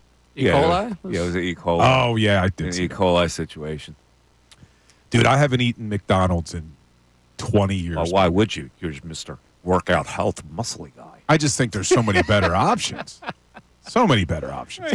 There's no better option than a quick quarter pounder with cheese and fries. McDonald's has the best fries. Don't give me. I'm a meal guy, so when I go play, I get the meal. I don't trust anybody else's fries at McDonald's. McDonald's has good fries, but if I'm going cheeseburger and fries, I'm going Shake Shack. But you can't drive through a Shake Shack. I'm not a drive-through guy. I never use drive-thrus, really. I don't like it. ever go to a fast food, it's drive-through. I have never actually gone into a fast food place. See, I like to sit and eat. I don't want to eat while I'm driving. You want to sit and eat at a freaking fast food place? Oh, Shake Shack. What do you do? Light a candle? Put some flowers there, too? I don't do fast food. I do fast casual. Right. He's fast casual. So Chipotle, Shake Shack. So this is what set you over the edge with him being obnoxious? I don't do fast food. His fast food take? Because fast food isn't good for the protein that gets to the muscles. And my wife is a workout therapist. It's junk. A workout therapist, also known as a personal trainer. But yeah, workout therapist work. She's a personal trainer, and I can't. Everything has to be healthy for me. I can't squander my time getting a greasy cheeseburger with French fries at McDonald's drive-through window. And when I do, I have to go in. I'll tell you this: haven't eaten McDonald's in 20 years. What you had for breakfast, I don't think I've ever eaten. 7-Eleven. What'd you have at 7-Eleven? I had a beef and bean, red chili, whatever it's called. It's the hot one. I think it's time. I'm telling you, it's not bad. It's 12 o'clock. It's 12 o'clock, and 12 o'clock hours brought to us by Service First Heating and Air Conditioning. Get 0% financing for 72 months and a $500 rebate when you purchase a complete heating and cooling system from Service First. Learn more at servicefirsthvac.com. I have to have my yogurt in the morning while you're having your sloppy pork roll sandwich. I have yogurt. I do granola. Is it protein bar? Yeah. Protein bar. Not in the morning. I just had my protein bar. I got to keep my muscles up. I eat every wear those tight shirts every 3 hours. So this morning, Starbucks, I had the egg white wrap, and now I just followed it up with my bar at 12, and then at 2 o'clock, I'll hit my honey grow salad. Fantastic. Creature of habit. Yeah. All right. It's now Creature time, ladies and gentlemen, for the news at noon. There's a whole lot going on in this world. It's time to catch up. Here's the news at noon. 97.5 The Fanatic and 97.5thefanatic.com. News at noon. Ray Dunn exploring some interesting little tidbits around the sporting world and otherwise. And we lock ourselves onto the Gilbert Arenas podcast all the time. Ladies and gentlemen, here comes the news at noon with item number 1 about Gilbert. Absolutely. As I know that's just a favorite of yours, a podcast you enjoy. Tremendous. And I know, whether you like it or not, we are not necessarily in the position to be taking shots at anyone. You don't know basketball in the NBA right now and the way things are going. It's a dumbass question. However, if you were to look at the Bucks, it's not going so good for Doc Rivers. And Gilbert Arenas wants you to know that guy should not have a job right now. Ooh. Out of all coaches that's ever coached, he has coached the most Hall of Fame players in league history. The most Hall of Fame players has played for Doc. How many championships you got? Okay. Hey, man. Real person. Hey, man. No, I'm just, because it's one of those things where I like, when are we gonna, like. You can't blame Doc all the time. I'm sorry, but if this was the other way around, and the record started with Griffin at 19 and 25, he would have been fired. Right? They would have fired the that dude. Got fired at 30 and 13. And then Doc comes in, 30 and 13. Coach of the year, damn near. What the hell of a turnaround? So how do you fire 30 and 13, and then the next 43 games you're 19 and 25? got a point. He's got a good point. He's got a point, man. It seems like Gilbert got extra ground with Doc. Did they cross paths somewhere along the line? It's a dumbass question. Did they cross paths? I don't know. There's got to be some kind of behind the scenes. He Doc also hate. went as far to say, hey, look what he did in his first year in Boston. Then he really got his hands on everything, and ever since then he hasn't won anything. So, yeah, there's something there. Arena's not a big Doc Rivers fan. Yeah. But, listen, they're 1-6. They're struggling. That team looks like a wreck. They're not a challenger anymore. Funniest result of all this is Giannis asking out, and Dame, after all that time trying to angle to get out of Portland to be in Miami, is stuck in Milwaukee. Yeah, but he's going to wind up in Miami. He's going to get his way eventually. This whole thing's going to break apart. And he's going to figure out a way to get to Miami. You think there's any chance they would move on from Doc before the season's over? I don't know. I have no idea. Maybe. I mean, they're certainly not achieving under him. He's not had the magic potion. They are kind of fragmented now with the Chris Middleton I don't know. They just don't click anymore. And Doc is obviously a large part of that. He can't make that team click. The other guy did. Yeah, I mean, they were 30-13 and they fired him. They were dancing after they fired that man, and now they stink. You know what Adrian Griffin's doing right now? He's having a free latte with his Starbucks points. Him and Rob Sala. Yeah, right. Sitting outside, collecting a check. Yeah. Using his app. Enjoying life. Yep. Neither one of them probably eating McDonald's. Maybe they are, man. What's your problem? Come on.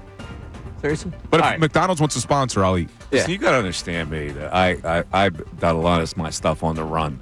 Going to games after playing a game. Yeah, there's going to be something on the run tonight, I'll tell you that. No. So, like, fast food to me, it's like you got to grab something quick, boom, and you're in the car, and that's what I've done. Now, I don't do it as much anymore, but, like, today, I needed some breakfast. I don't have anything in my house, so I wanted to get a couple sausages with McMuffins with no egg.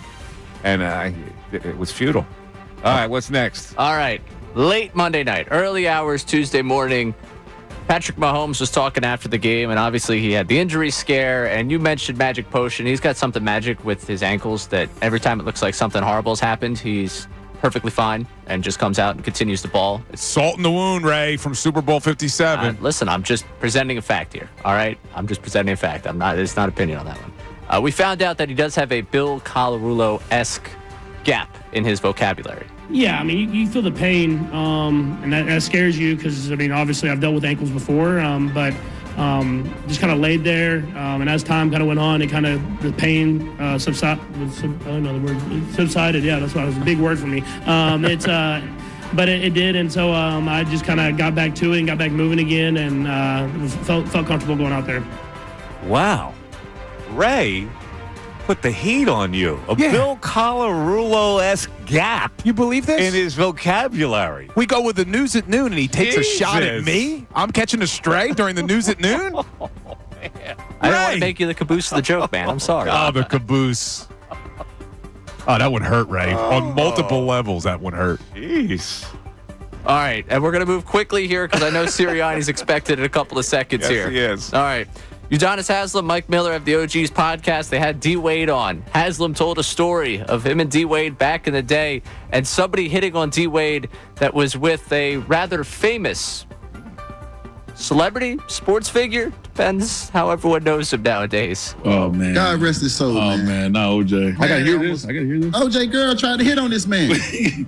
No. I don't remember that part. Man, listen here, man. We living in the mutiny, man. Now, this is around the time, like, I don't remember that part. He got off, but we already know he did. So she talking to him in the lobby. He just being nice and friendly, but he quiet. Yeah. I mean, you're a nice guy. There's nothing wrong with that. The day before, I done seen her on the elevator with the juice. That's the juice woman. He being a little too friendly. Now, the conversation that went on about 7 minutes. Now, I should have stopped that, too. So now when she walked away. Lots to talk about. Yeah, I don't know what the hell they were talking about. When she walked away, I say, listen, man, that's the juice old lady. He said, the juice? I say, yeah, man, OJ. I say, the killer. I say, not my boy. Man, I say, not my boy. Man, listen. No, I say, listen, I ain't gonna tell you. This is what he said, though. I say, listen, I ain't gonna tell you what to do or what not to do. I just say, I'm saying, just understand that we gonna have to ride on the juice because he clearly thinks he can do what the he want to do about his women. This is what I'm gonna tell you.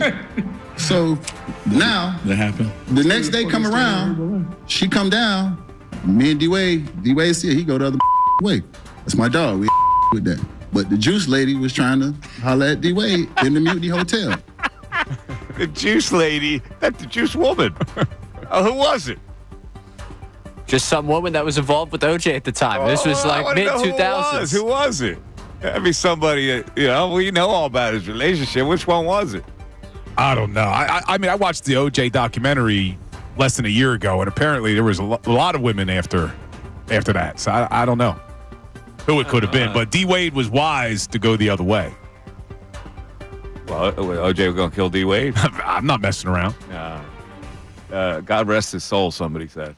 Yeah, I can't feel that. All right, so that's the news at noon. We're awaiting Nick Sirianni, and this is also General Knowledge Wednesday. So if Sirianni's late, which we know he will be, we'll continue with our phone calls. If you want to line up now, I know people are. I don't like tardiness. Yeah, people don't want to call now because they think they're going to have to wait on hold while we go through Nick Sirianni's presser, but he might not get there till 12:30. So 610-632-0975. He better be here before 12:30. Well, he's not there yet, right? Austin's going to come run the board. I will be down at NovaCare. Remember the run the ball signs? See, Ray's got to do the time cues and all that stuff. Yeah, it's not easy freaks him out when he's not on time. We're right. You can't get yelled at if it's beyond your control. So what are you worried about?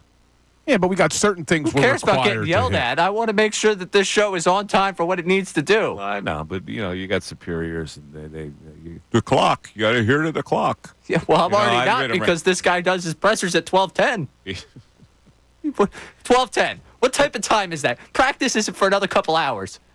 Give me a real time. 12:10. What could he possibly? But what could he possibly be late for today? I don't like tardiness at all, but you can almost understand. I don't like tardiness. The day after the game, they're coaching him up on, look, this is what you're going to get hit with. These are the tough questions you're going to get. This is how you should answer it. What is he walking into today? He's walking into, hey, what do you think of the Cowboys? They're playing him the segment yesterday after Mike finally heard what he had to say, doubling down on his decisions on Sunday. And they're like, please, whatever you do not triple down. Move on. I got to be honest with you. Yeah, no, the media is not that important. The guys, like head coaches, it's not important for them to be on time. And I'd probably be the same way. I got to prepare for my team. I got to prepare my team. This is just like something that I have to do that I really don't like to do. So I'm not going to give it a priority in my life. Why should I give it a priority? So I'm not making these reporters wait. Like, screw the reporters. I got a team I got to prepare. And I'm a pro reporter guy. And I'm from their perspective, they don't care. But isn't that more of the reason why he should be on time? So that how does he structure the rest of the day not knowing what time the press conference is over? He's got it structured. He's got it. This is just like idle time for him. He's not interfering with his practice time. He's got a certain time where they're going to do practice. This is not a priority for guys like NFL coaches to be on time. What's the payoff for him if he's on time? See, I just think you should be on time in every aspect of life. In general, yeah. Everything. But I ask you a question. What's the payoff for him to be on time? Well, he then knows exactly when the press conference is over, and then he can structure his day accordingly after. That's his day structure anyway. He's not going to interfere with his practice time. Yeah, you're probably right. Let me ask you. I think I know what your answer would be. Yeah. You're down there. Mm-hmm. Oh, we're going to go to Mike Missanelli next? And you got your question. What are you asking? I have no idea what I would ask him. I haven't even given it a thought. Oh, I know exactly what you would ask. What would I ask him? Well, go backwards with that whole point? I think you would still ask. I thought we were moving on. But I think you would still need an answer. I can't do it. Like 3 days after, I'd look like the a-hole if I did that. You? Yeah. Like, it was appropriate in two other situations. Now it's not appropriate. You should have asked him. Now it looks like I'm just being the D. Yeah, you should have asked him after the game. You didn't. You should have asked him on Monday. They didn't. Right. So if I had to bring it up, people would roll their eyes. So I wouldn't, I'm out when it would come to that. So I would have to ask him a more modern question. Yeah, I guess you're right. You got to look forward today. Yeah. It's like the time to ask that question has passed. What about Nick? I would hope somebody would ask it, but it's not going to happen. Those guys, they didn't even ask it the first time when it was appropriate. They're going to ask it now? I got one for Nick. What's that? So, Nick, we know how close you are with your brother. If someone had called Jay Sirianni the name they called Travis Kelce, How would you have handled that situation? That's a pretty good question, man. Yeah. I think Nick probably would have done worse. Oh, that's a great question, because then he would have got into the brother love. Oh, here he is. Let's see if anybody asks it. Practice, but do you kind of get concerned about that number when it gets real high? Again, you try to take care of them. You try to do what you need to do to win each and every football game. You try to take care of them throughout the week. I think that, the two games, not obviously not last game, but the game before that and the game before that, we were able to get him out in the fourth quarter. You try to monitor as much as you possibly can, and that's really our jobs: Monday, Tuesday, Wednesday, Thursday, Friday, Saturday, and being aware of it, on Sunday. But always considering that with each and every one of our players that we feel with load management, and I think our strength and conditioning staff and our trainers and our doctors give me really good insight to how to do that, and give our staff really good insight on how to do that. So, always on our mind. With how many touches he has. On the same note, like the edge rushers actually their snap counts are actually way they're way lower. I think Josh has the highest snap count for any one game, like 42 or something like that. Mm-hmm. Has that been last year? They played a ton of snaps. Sure, and that's the flow of the game. Like last game was 53 snaps. I think last year we had a game with like 90 something against Buffalo. All right, so that plays into it. So, yeah, I mean. That's you're trying obviously to think. You're thinking about that with everybody, but not every position has rotations, right? Offensive line don't rotate, defensive line does, running backs do, but the flows of the game, the way the game's being played, right? That can dictate a lot of different things. So every season's not apples to apples. I know it's the same amount of games, but every game's a little bit different and how the games are kind of playing out. So we also are aware of that, and I think that's good for our guys, and I think that's good that our depth has that we're able to do those things at defensive end. Why did you guys ultimately not make a trade before the deadline? I think that'd be a good question for Howie. I know you don't get him until the end of the year, but I really, as speaking on my end of it, I really feel really strongly about our team and where we are. When talking through all those different things, just feel so strongly about our team and how he's done a great job of building it to date that didn't feel like at that time that there was anything to do. So. I feel really good about the people that we have here, the guys that we have here. Feel strong about the depth at the starters at the position and the depth at that position. So that speaks for the work that Howie and his staff have done, from the draft till now, really at the end of the day. This franchise. What's Bryce Huff's role going forward? Yeah, still be in the mix and in the rotation of the rushers. Again, I think the ability to with Jimmy's question of. Less reps for some of those guys. Yeah, it's one part of it is that we played a little bit less plays, but also that we feel good about the rotation. I think all four of those guys have done a nice job, and then we'll see if Jalek's getting into the mix as well. I think he's been doing a good job at practice to be able to go that. So we feel like we have five guys in that rotation.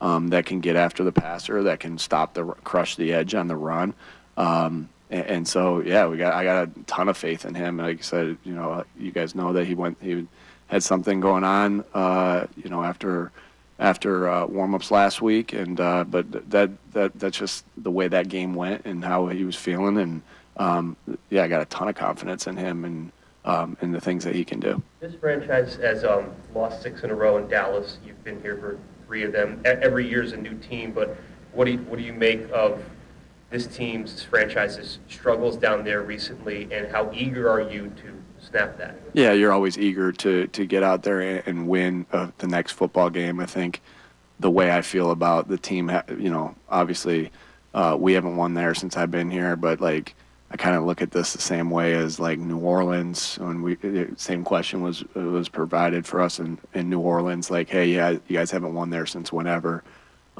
Merrill made it very clear that we hadn't won in Cincinnati ever with the awesome voice that he has, and that doesn't mean anything. That doesn't mean anything to us. Like if you're worried about like unless it was something like the weather or dome or what that was like. You felt like we just got to go out there and play a good game against a good football team, and handle their crowd and their noise and things that we do for any football game. But we're treating this week like every other week. We're looking to get better this week to give ourselves the best chance to win, and against a really good opponent. Were you expecting? The defense has been really good since the bye week. Is there one thing you would attribute that to, like it clicking, coming together? What do you think that is? Yeah, I think just everybody continuing to be on the same page. A defensive football, at the end of the day, and I think Vic calls a really good game, week in and week out. That's why he's one of the better defensive coordinators in the NFL. But defensive football is always going to be about tackling. It's always going to be about, physicality. It's always going to be about being on the same page, and it's always going to be about relentless effort, getting to the football and playing team defense. And we're just getting better at that. I think that we're getting better as a football team because of the way that we're practicing, and just the way we're meeting, the way we're walking through. You can see signs of us just getting better with our tackling, getting better with our ball security, getting better with the way we're on the same page. It's like just these, it's like there's no secret to success. Like the secret to success is work your butt off, have good people in place, work your butt off, and try to get better each week and control the things you can control. And so I got a ton of confidence in the defensive staff, of how they've been getting these guys better. Bobby King is you want to talk about somebody that's so focused in on the fundamentals, all he cares about is getting these guys better at tackling. All he cares about is getting these guys better at block destruction. All he cares about is getting these guys on the same page. All he cares about is how the guys come out there and try to take the football away. And so I think that's a buy-in from everybody, because we know fundamentals is how we reach another level. And it's just not how you do team periods. It's how you drill. It's all those things. And I think that's, there's a price to pay for success, and it's working hard. Are you expecting to get Dallas or Slay back, and do you have an update on AJ? Yeah, we'll see on all that. You guys will get an injury report on that later today. We'll see how today goes and where we are. We still got a little bit of time before practice, so we'll see where they are. What is Bobby King bringing to the off-ball line? I mean, specifically. Yeah, you made a change. You made 3 changes. At that man. One you had to. I think that I think that Bobby is. Have you guys talked to Bobby? Yeah, not in a while. Yeah, I was fortunate enough to work with Bobby with the Chargers, and this guy is a relentless worker. And like I said, I just find him somebody that he's always thinking about how he gets players better. Like we missed something in the game, and without getting too much into it, he's like, hey, here's how I got to drill this. Here's what I'm thinking here, and I admire that. I admire okay. The linebacker missed this, and he's thinking what he can do to help them be better at that. That's coaching. That's why we as coaches put everything on our plate when something goes wrong on the field, because we have the opportunity to provide them the things that we think they need to get better at, and then the opportunity to do so. And so I really admire about that. He is he puts that, you guys see it, I don't know if he puts that vest on, and they strike the crap out of him. They put their hands on him. He's jarring his back. He's going to be, I'm assuming he only got so many more years of letting them hit him in his chest, because it's probably been happening for a long time. But he's obsessive about, and they'll hit the crap out of him, and he'll be like, nope, that was too bendy, or that was too, strike, whatever it is. And so I admire that he's always trying to get them better fundamentally. As a position coach, the coordinator, it's a group effort when you're coming up with a plan. There is no doubt about that. You take inputs from everybody. But as a coordinator, as a position coach, your biggest job, your most important job is how do you get those players better at their fundament. And you got all different types of players, and it's how do you get those guys better fundamentally? How do you get those guys to understand their job more? And that's where I'm,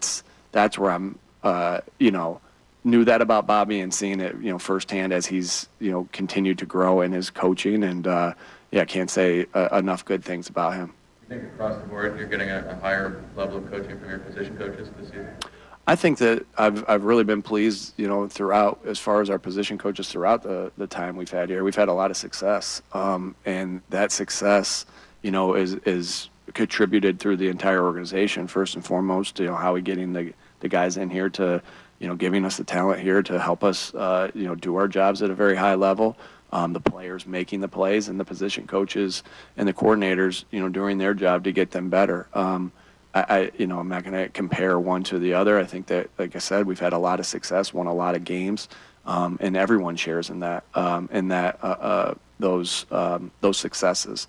But to say, the guys that we have now love our coaches that we have. Like, I've been with Jason Michael for, this is 7 years. Like, I got so much confidence that the type of coach he is, and Aaron Moorhead, right, going back to when he did an internship with us for Indy. And now, him being the wideout coach, and Jamal Singleton, didn't know him before we got here. We hit a home run with Jamal, and I love what Clint's bringing to the table as far as, how he's gotten the defensive tackles better. Wash has been here. Wash is one of the guys and Stout, guys that were here. And I think we got really good position coaches that a lot of them can be coordinators and have been coordinators, and they know how to get guys better.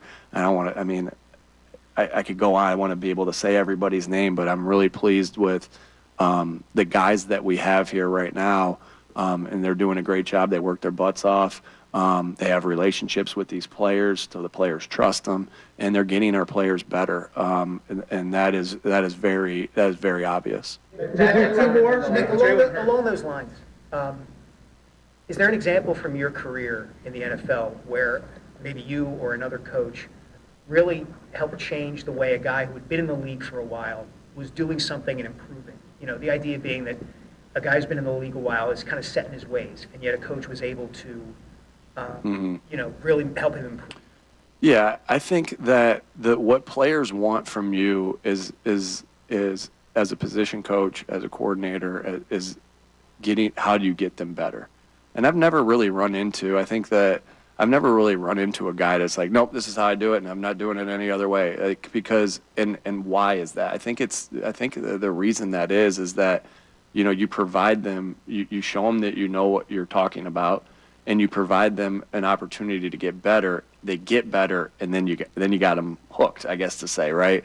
And so I haven't experienced that, and I get that happens, but we feel like, we do some things I have not experienced that. I guess I've been around really good guys, and again, like I said, what are you doing to get them better? And that's got to be the first and foremost. And if we're not doing anything to get them better, then we're just their buddies. They're older buddies. I guess now I can say that I'm a little older as a coach now. And so our job is yes, to have a relationship with the players so we can get them better, but our job first and foremost is to get them better, and work tirelessly to do that through, like I said, with Bobby King, getting them better through drills and thinking of different things to help them, and the coaching points. And really it comes down to, as a position coach or as a coach, of being a bulldog, and not at some point, if we keep telling you the same thing, at some point you're like, this guy's going to be relentless. Hey, if I keep messing this up, this guy's going to be relentless, and now I got to fix this because he ain't going to shut up about this. And there is something to that, being a bulldog. I know Stout's a bulldog. I know we got a lot of bulldogs on this staff where it's you mess something up, they're going to tell you, and it's not like they're going to keep telling you over and over and over again. Jalen Hurts said coming out of the bye week that it was one of the most efficient bye weeks he's ever had, and then he comes out and has played 4 very good games. Do you see anything that he's doing differently over this last month that he wasn't doing perhaps in the first month? Yeah, again, the things that you do in the dark eventually show up in the light, and it's he worked his butt off, and he's been working his butt off. But it was a great bye week. Just the conversations, the film watching together, the collaboration of things, and he has. He's played great football this past month. He's a great player. So you love when that happens, because again, you're constantly promoting. Hey, make no mistake about why we're getting better. We're getting better because of the work. We're getting better because we're capable, because we have good players and good coaches in this room, but we're getting better because of the work. That doesn't matter if it's in practice, walkthrough, meetings, bye week. You get better because of the work, and it's such a long season, and you just want to continue that rise, and that's what Jalen's played really good this past month, and he's done a great job taking care of the football. Done a great job leading this team. I'm proud of how he's been going. I told John I'd get him. Go ahead, John. With Kellen, real quick, he's got a long history in that building. It's been a while, but and he knows them, they know him. Complicate things, help things, in your experience? Yeah, you always are looking for any advantage that you can get in everything. I'm sure they are too. So we'll turn over every stone we possibly can. I'm sure they will as well. So sometimes you can get too much wrapped into that. And so it's like, hey, go through the process of what we do when we have information there, and use what we can. And it takes discernment, wisdom to know what to use and what not to use. And you do that through your studies and the tape and everything like that. Thanks.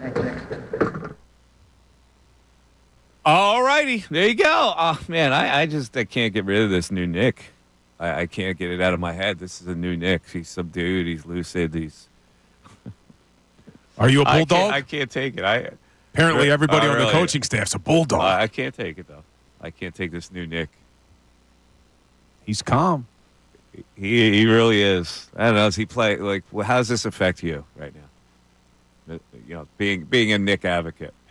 How do you feel about this? Well, I think he's always been terrible at press conferences, and he's still bad, but at least he's not given the roll of the eyes. Bad. I thought he was fine.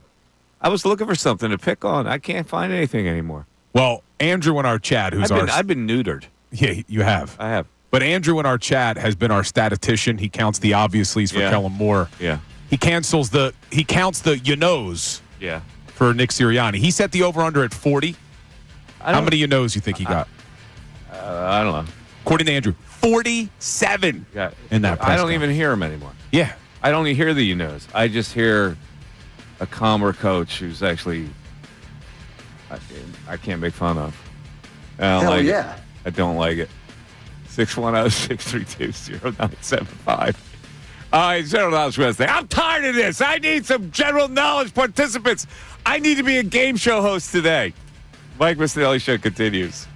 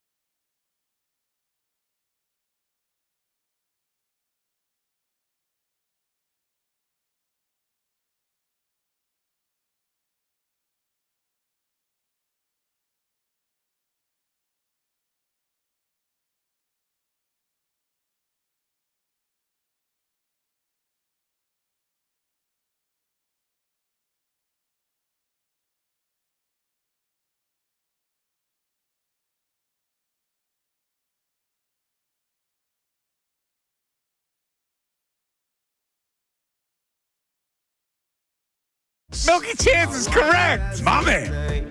You know Milky Chance? Love Milky Chance. Look at you. That was a good pull. That was a pretty good pull. Did I make up for not knowing that Camelot was the nickname for JFK's cabinet? I don't know. Your rationale for that is bad.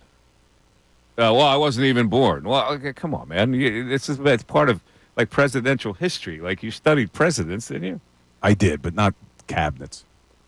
You know, I'm not supposed to know anything beyond Jimmy Carter. Like the peanut president. Well, there you go. I knew that. So Camelot is the legendary castle. I think you were right at first. You said it was King Arthur, right? Yes. Yeah. Knights of the Round Table. Like 20th century French, whatever. Right. You know why they were written knights by a Frenchman. of the Round Table? You know why they used a round table? No. So that they would all feel equal. So that no one was sitting closer to the king. You're really starting to impress me. Sometimes you come up with stuff. I go, what? Well, yeah, this whole shtick that I'm this dumb guy on the show. I don't get it, man. I'm getting killed in the chat. Ray even taking shots at me during Ray News at took a Noon. shot at your vocabulary. I did. Yeah. I don't regret it. After I've been praising you all week, Ray. Yeah. No, I All appreciate right, it. so here's the deal. 610-622-0975. I was reading this tweet yesterday where the guy said, it's election day yesterday. So the guy goes, I had to vote for Harris because my girlfriend. Oh, I saw that. And I go, well, how would she know? Yeah, Is she in there with you? Like it's like the Macy's dressing room? Yeah, just lie, bro. Just do whatever you have. You don't have to tell her the truth.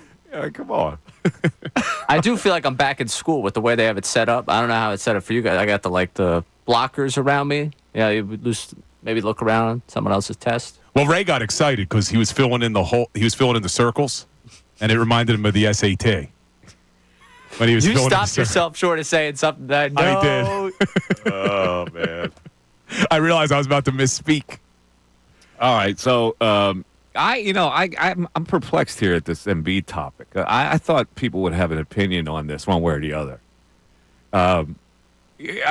It's maybe they don't have an opinion because they don't support Embiid in this. Like normally, I'm expecting people to say, like I said, he should have taken it. The reporter writing bad stuff like that. No, I don't have any problem with him getting shot, but we're not getting that reaction. No, we're not. And I mean, nobody has a reaction one way or the other about it. It's a reactable subject, I think. He gets suspended for 3 games, which I think is short for pushing a guy because you do something like that, you got to take the heat on what the punishment is going to be. But the other side as well. It's like, yeah, he deserved it. We're not getting any of that either. So maybe people are thinking that Embiid was out of line. Yeah, and I wouldn't think that the Sixers went to the NBA and tried to argue to lower the sentence. They probably would have been like, give him 25 games. No, they helps us with load management. I thought I read that they actually suggested 5 games. Oh, really? And the league only gave him 3. Well, they suggested 5 games because that's more load management, right? Yeah. Why wouldn't they suggest 5? And I know people do have differing opinions on this. We've had conversations off air with a lot of people here at the station. I think we all agree that what Marcus Hayes did, unacceptable. Joel Embiid justified in sticking up for his family. There's no doubt justified. I just try to look at it, and maybe this is my lawyer background, I just try to look at it as him and Kelsey, you have more to lose by retaliating and escalating the situation where you try to de-escalate it. That was my point, is because if Kelsey or if Embiid had done a little bit more, they're going to suffer more as a result of the retaliation. But it's really hard as a human being when you get tweaked like that. Like that hit Jason Kelsey in a certain way. And it's really tough to not react to it. Well, that's why I said, too, I'm saying this sitting here calmly, where if I'm in the moment and somebody makes a comment about my family, I would hope that I could de-escalate it, but you're not sure. You're right, because it's going to cause something in you. You get called a name. I mean, this happened to me a long time ago. People know my history. You get called a name that crosses the line and it tweaks you in a certain way. You know, the natural instinct to stand up for yourself comes out before the sane, processed way, which is to back away from it. Yes. But, and this is a different example because not always about the family, but, I've seen a lot of road rage incidents, too, where people don't think before you act because you get so worked up. The You get so ramification worked for up. me, I got fired over it. So, that was the ramification of it. So, is that supposed to make you learn a lesson? I guess. I don't know. I thought at the time I was totally justified in what I did. When you look back, any regrets? I have absolutely no regrets. Yeah. So none that I stuck up for myself. Yeah. I have a regret that people didn't look at it that way. I understand. And went to an extreme that I don't think they should have. To be honest with you, I thought it was really an unfair punishment. But what are you gonna do? Yeah, we're going That's back. my perspective. We're going back a while now, All right? So that was 2005, maybe. Yeah. All right. Back to General Knowledge Wednesday. Yeah. All right. So Stan in Northeast Philly joins us. What's up, Stan? Hey, good afternoon, guys. How you doing? Thanks for checking in, Stan. What's up? How you doing? I'm good. Yeah, we're going to talk a little Eagles today, man. Okay, go ahead. So, trade deadline came and went. Eagles stood pat. So, I think they're happy with what they got. Defense playing good. Offense still is a work in progress. But if you look at other teams, especially Washington, they really helped themselves out. So they must know something that we don't know. The defense is playing better, but I think that we could really use another edge rusher, coming from either the left or the right, because Huff isn't really, he hasn't lived up to this trade. So, like I said, maybe Vic knows something we don't know. Well, I think they're satisfied with their roster. They didn't think they could make an upgrade. Like they didn't get they weren't looking for a player like Marshawn Lattimore because they would have to give up too much for that. So they said, okay, the people that we can add, it doesn't really make a difference. Right. So yeah, like I said, defense playing a lot better. They didn't want to go after a big name, and we just gotta go to work with what we got. And when that Washington game comes up, it's going to be a doozy. Yeah. All right, man. General knowledge for you. Now, again, the prize, Sixers tickets for Joel Embiid's first game. Pretty significant prize, and I'm disappointed in this fan base that they're not clamoring for these tickets. So here's your question from the general knowledge category. What is the most common first name for men currently living in the United States? Currently living in the United Most States. common first name for men currently living in the United States. Let's try Justin. Justin. So that would interesting be guess. Incorrect. Sorry. Is it William? It is not William. It is John. Michael. Oh, of course. Of course, it's Michael. Is the correct answer. I do know tons of Michaels. Well, there you go. That should tell you. Probably more than any other name. All right, Ray. What play is about, quote, star-crossed lovers? I mean, we're just going to do... I feel like there's an obvious answer, but I'm afraid... This question is, what play is about star-crossed lovers? Romeo and Juliet? That's correct. Yeah, it just seemed too obvious. He's almost overthinking it there. That was just too obvious. Ray takes the lead as we go into the 1 o'clock hour. Oh, don't let this happen. I want to see you get the tickets. 610-632-0975. Yeah. The Mike Missanelli Show continues.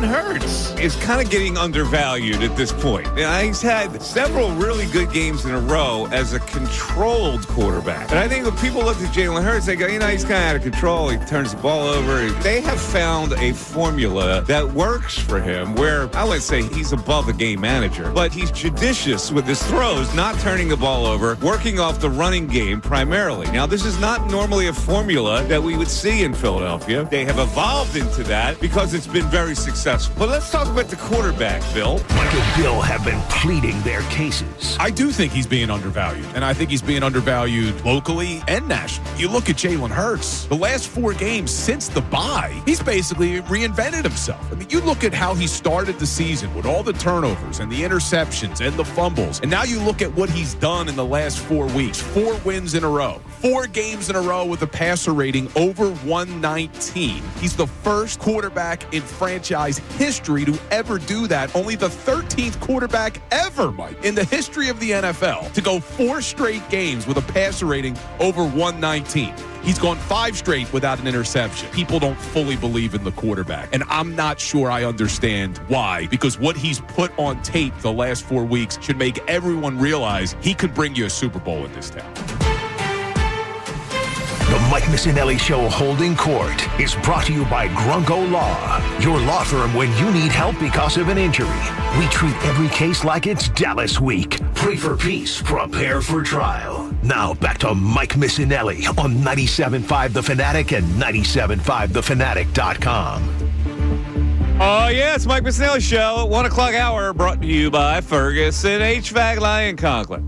Attention HVAC contractors. For equipment, parts, and supplies for every heating and cooling job, just visit one of Ferguson's counter locations. Ben Salem, King of Prussia, Ben Salkin, Westchester. All righty then. It is General Knowledge Wednesday. We're coming down the home stretch with a prize today. Sixers tickets versus the Knicks in the NBA Cup. First game, Embiid is coming back after he serves his 3-game suspension. We're talking about the whys and the wherefores of that 3-game suspension and what happened. I mean, just look at this, because I always believe that things have to even out. So the question I ask about this is, what makes it even? All right. Marcus Hayes wrote a column that was pretty egregious where it was over the line because it referenced his dead brother. So instead of editing that right away in the state of journalism and somehow slips through because the executive sports editor of the Inquirer doesn't even work in the building, and so the copy editors, I don't know if they're doing it remotely either, but it's certainly not the same. So that story gets in because you never want to mess with a columnist's perspective. Well, they get really bad feedback right away, so they change the lead. Marcus Hayes comes out, and he apologizes for offending people, changes the lead. Then Embiid calls him out on a presser on Friday.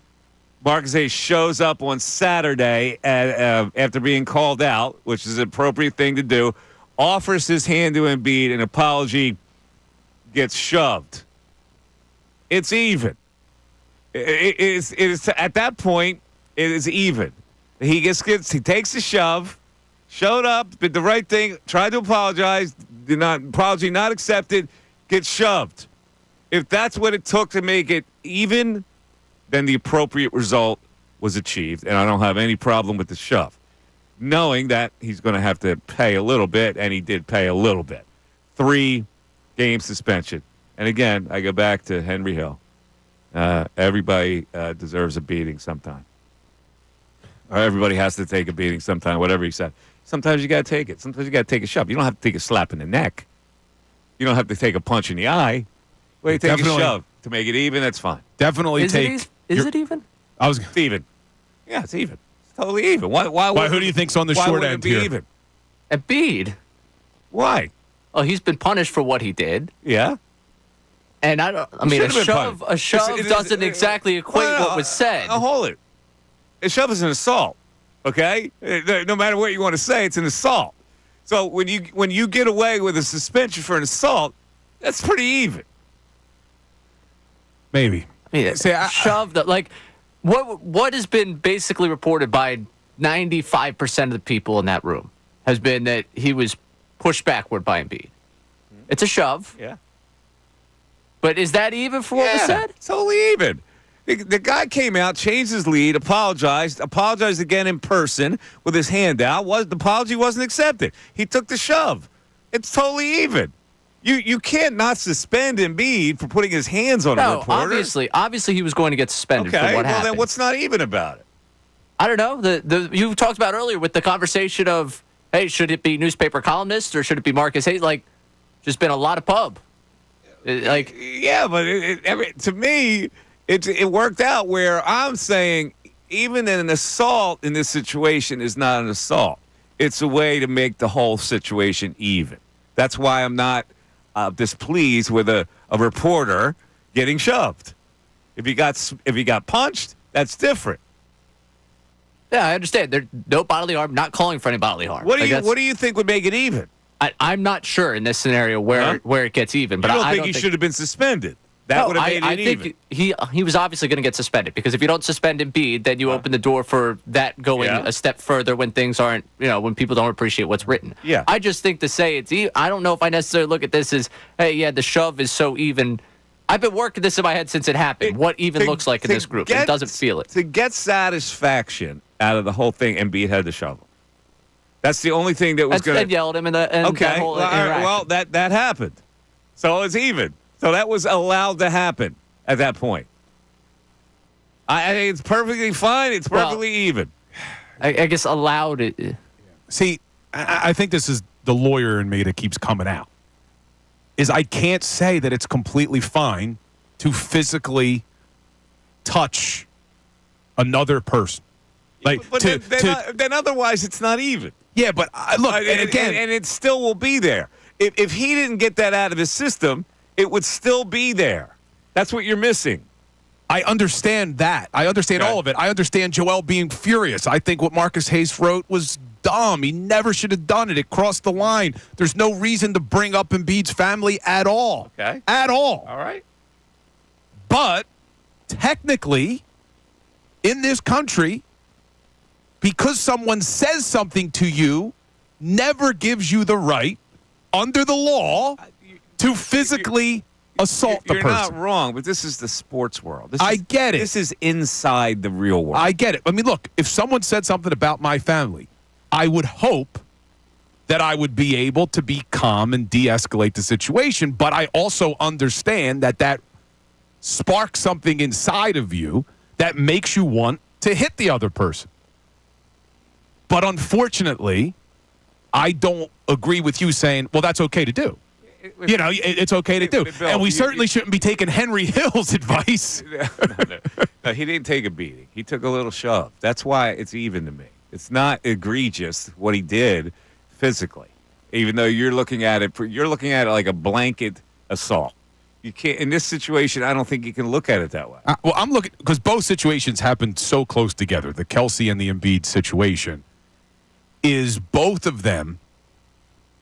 I understand the anger. I understand the desire to do something to the punk that called your brother a name, referring to Kelsey's situation, in the reporter that unjustifiably attacks you and invokes the name of your brother and your son. All right. But it just, you can't retaliate that way because there's also repercussions that happen to you for retaliating. And he took it. That's why it's even. He did what he needed to do to get it out of his system. They did what they needed to do to suspend him. It all works out. It's even, Steven. 610-632-0975. All right, we got a lot of calls on the line as we come down the home stretch of our general knowledge contest today with Sixers tickets being the prize. We'll take all your calls after this.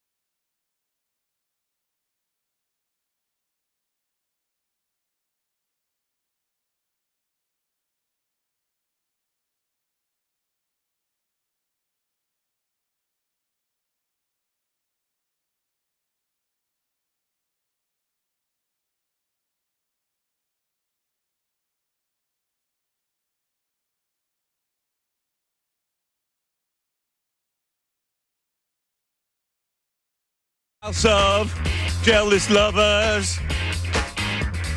Mike Missanelli Show, 97.5. You missed your calling, dude. You could sing. Here we go. Jealous lovers. Jealous lovers.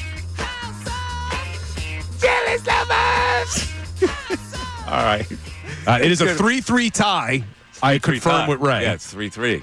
So here we go, then. Home stretch to General Knowledge Wednesday with Scott and Redding leading us off here. Scott, you're on 97.5 The Fanatic. Scott. Mikey Miss. What's up, Scott? Hey, this Embiid thing, if it was any other reporter, I'd say Embiid's totally wrong. But Marcus Hayes, man, this guy's been under my skin for 30 years, I think. His time on Daily News Live, it seems like every article he writes is smug and condescending. I can't believe another athlete hasn't done this to him before. Well, you can't accumulate the violations here. So this was a one-issue situation. I guess maybe we won't see a repeat. Too bad he couldn't have sicked his backup on him, though, to avoid the suspension, like sick Yabu on Marcus, like in hockey. The backup, throw backup in like that commercial. You put the backup in? Yeah. Yeah. But, I feel like I got to side with Bill in that the essence is that Embiid couldn't put his hands on him in any circumstance. I unless his physical safety was being harmed, we're not talking about playground rules anymore. He's a $250 million player. Yeah, but it was kind of like get out of my face shove. You know? Okay, so I haven't seen it, and I don't know. Get out of my face shove. He shoved. It's really. I really don't think it was egregious. And again, there's not going to be more litigation because. No, Marcus Hayes isn't going to sue. He would look like an idiot to sue for that. Since he started. I don't think he's afraid of looking like an idiot. No, come on, man. You can't. you can't. Once you cause the accident scene. He tried to apologize. Yeah, and you're right. You're right. If it's just a get off of me shove, that's. Yeah, it wasn't really anything more than that. But I understand the overall principle. You can't put your hands on somebody. In this particular case, I believe the right result, and it was even. It came out even. All right, now let me. I agree with that too. I agree with that. All right, Scott. Here's your general knowledge question. All right, this is NBA basketball players who have changed teams. Oh, in this particular year, 2012, this player changed teams from the Thunder to the Rockets. 2012. Thunder. Damn. I don't know. Oh, it was, I don't know. Playing tonight? It was James Harden. Yeah. James Harden was the guy we were looking for. This is Daryl Morey's claim to fame right here, right? He made the trade with the Thunder. All right, Ray. In 2008, this player changed from the Grizzlies to the Lakers. Pau Gasol. Correct. Ray Wow. inches into the lead. All right. Ray knows his sports he stuff, does. doesn't he? Will in Levittown. You're on 97.5 The Fanatic. Will. What's going on, fellas? How are you? How are you, Will? I'm just hanging in. Mike, there hasn't been much Eagles talk, and could this finally be the start of Eagles fans not being so obsessed with the Cowboys? Finally. Yeah, I think so. I was bringing this up the other day where I saw a video. It's Dallas week, man. It's not a Dallas week anymore. They're done. They stink. They really haven't been relevant. Exactly. And so when you pay attention to them that way, you're giving them more credit than they deserve. And I refuse to do That's what I try to instill in people. And I've been accused, you're a secret Dallas lover. I can't stand it. I can't stand the Giants worse. The worst thing you can do to somebody is make them irrelevant. If they matter, you talk about them and you give them relevance. See, I hate it, Will. I want the Cowboys to be good, not great, so that Dallas week means something, so that the fan base in Dallas gets their hopes up, and then you see them collapse. But they're I never do going to miss be it. that until J.R. Ewing's not the GM anymore. Yeah, he should fire himself. He never No, well, will. I agree with you. I don't mention even in the years ago when people were still stoking it. I go, you're just giving them relevance that they don't deserve, and that feeds right into them. You know, I refuse to do love that. it. They love the attention. Exactly. They usually love the Yankees and the Celtics and whatnot. It just I haven't understood it since I was like a teenager, and they were actually relevant.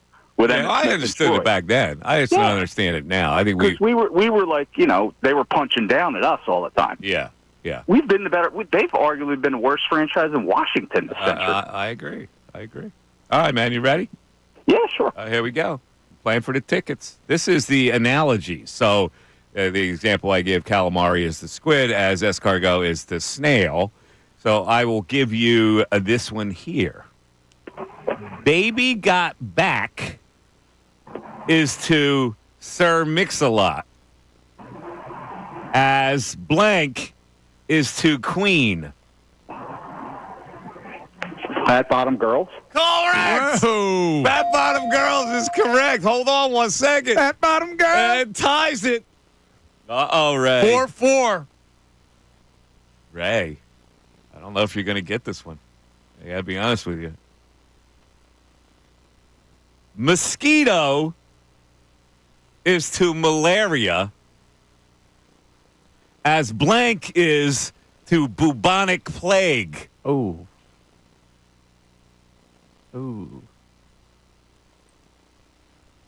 It was, what was the one again? It was Mosquito is to malaria as blank is to bubonic plague. Rat? Incorrect, Ray. Good guess, though. Flea carried the bubonic plague. No idea. All right, so we got a 4-4 battle going on. It is a battle. And we got Justin from New York checking in. What's up, Justin? Hey, guys. Thanks for taking my call. And, I just wanted to make a quick Eagles point and a really quick Sixers point. I think honestly, I was never completely off this team, but a month into the year, I did not think this team had anywhere near a Super Bowl shot. And I think after what I've seen the last few weeks, you can't tell me this team cannot possibly win a Super Bowl. I think our roster, even if you put our roster against the Lions right now, you can make an argument we're just as talented as them. And I think the main thing is Jalen Hurts and the way he's played the last 2 weeks. I know Saquon is a big part of it, but I think a lot of it has to do with just the play calling. And I think Kellen Moore has finally kind of figured out how to use, his weapons on this team. And, I don't really pay attention to the whole national rankings. Those guys have been all over Justin Herbert forever, and he's really done nothing in the league. So I don't pay attention to that. But yeah, in general, I'm very excited about the team, and I hope we can go down to Dallas and just kind of officially end their season this week. Well, I think they'll. I think they'll win that game. But I don't know if I agree with you that they're better than Detroit. You didn't say better. You said they're the same, right? I think you can make an argument talent-wise. I think Nick Sirianni has gotten in the way of this a little bit, but I think just looking at talent on the field, I think it's very comparable. But, Justin, couldn't you make the comparison, too, with the coaching staff? I mean, you look at the Detroit Lions. They got Ben Johnson as the offensive coordinator. Well, Eagles got Kellen Moore. They got Aaron Glenn as their defensive coordinator. Eagles got Vic Fangio. And both teams have coaches who are CEO coaches that tend to be aggressive over smart. Is that not a fair analysis? Bill, I've heard you talk, and Dan Campbell completely cost them a Super Bowl opportunity last year. And I'd give the edge to Ben Johnson. I think he's really a great offensive coordinator, but I think they're pretty comparable teams in general. Yeah, I don't see it. And I really don't. I don't see it right now. The Eagles have to play a lot more games for me to say they're at Detroit's level. Detroit's very consistent, and when they pound teams. No, I agree. I don't think they're right now. They're a notch below Detroit. That could change, obviously. Yeah. All right, man. Just real quick. Yes. Oh, sorry. No, that's okay. Go ahead. No, I was gonna say Sixers point. I know the season has started terribly, and in a way, I'm almost happy the suspension happened because now we kind of know what day he might be coming back, and I think it's pretty fitting he'll make his return against the Knicks. And even though it's been terrible to start, I'm just envisioning. Embiid comes back, drops 40 points, we win against the Knicks. I think this fan base, will get into it. Ooh, first game you're going 40 on for Joel, huh? I would not be surprised. Ooh, all right. Here's your question to playing for those tickets for that game. It's presidential trivia. Oh, man. Which U.S. president's favorite refrain was, quote, speak softly and carry a big stick? Oh, man. I have no idea, but I'm going to guess Theodore Roosevelt. That's correct. Wow, that's a great guess. How did you Justin. guess Theodore Roosevelt? I mean, first of all, you should know that. We'll put him on hold. It's a famous statement by anybody who was a president ever. Speak softly, carry a big stick. But here's Ray for a chance to tie. All right. That was impressive. Well,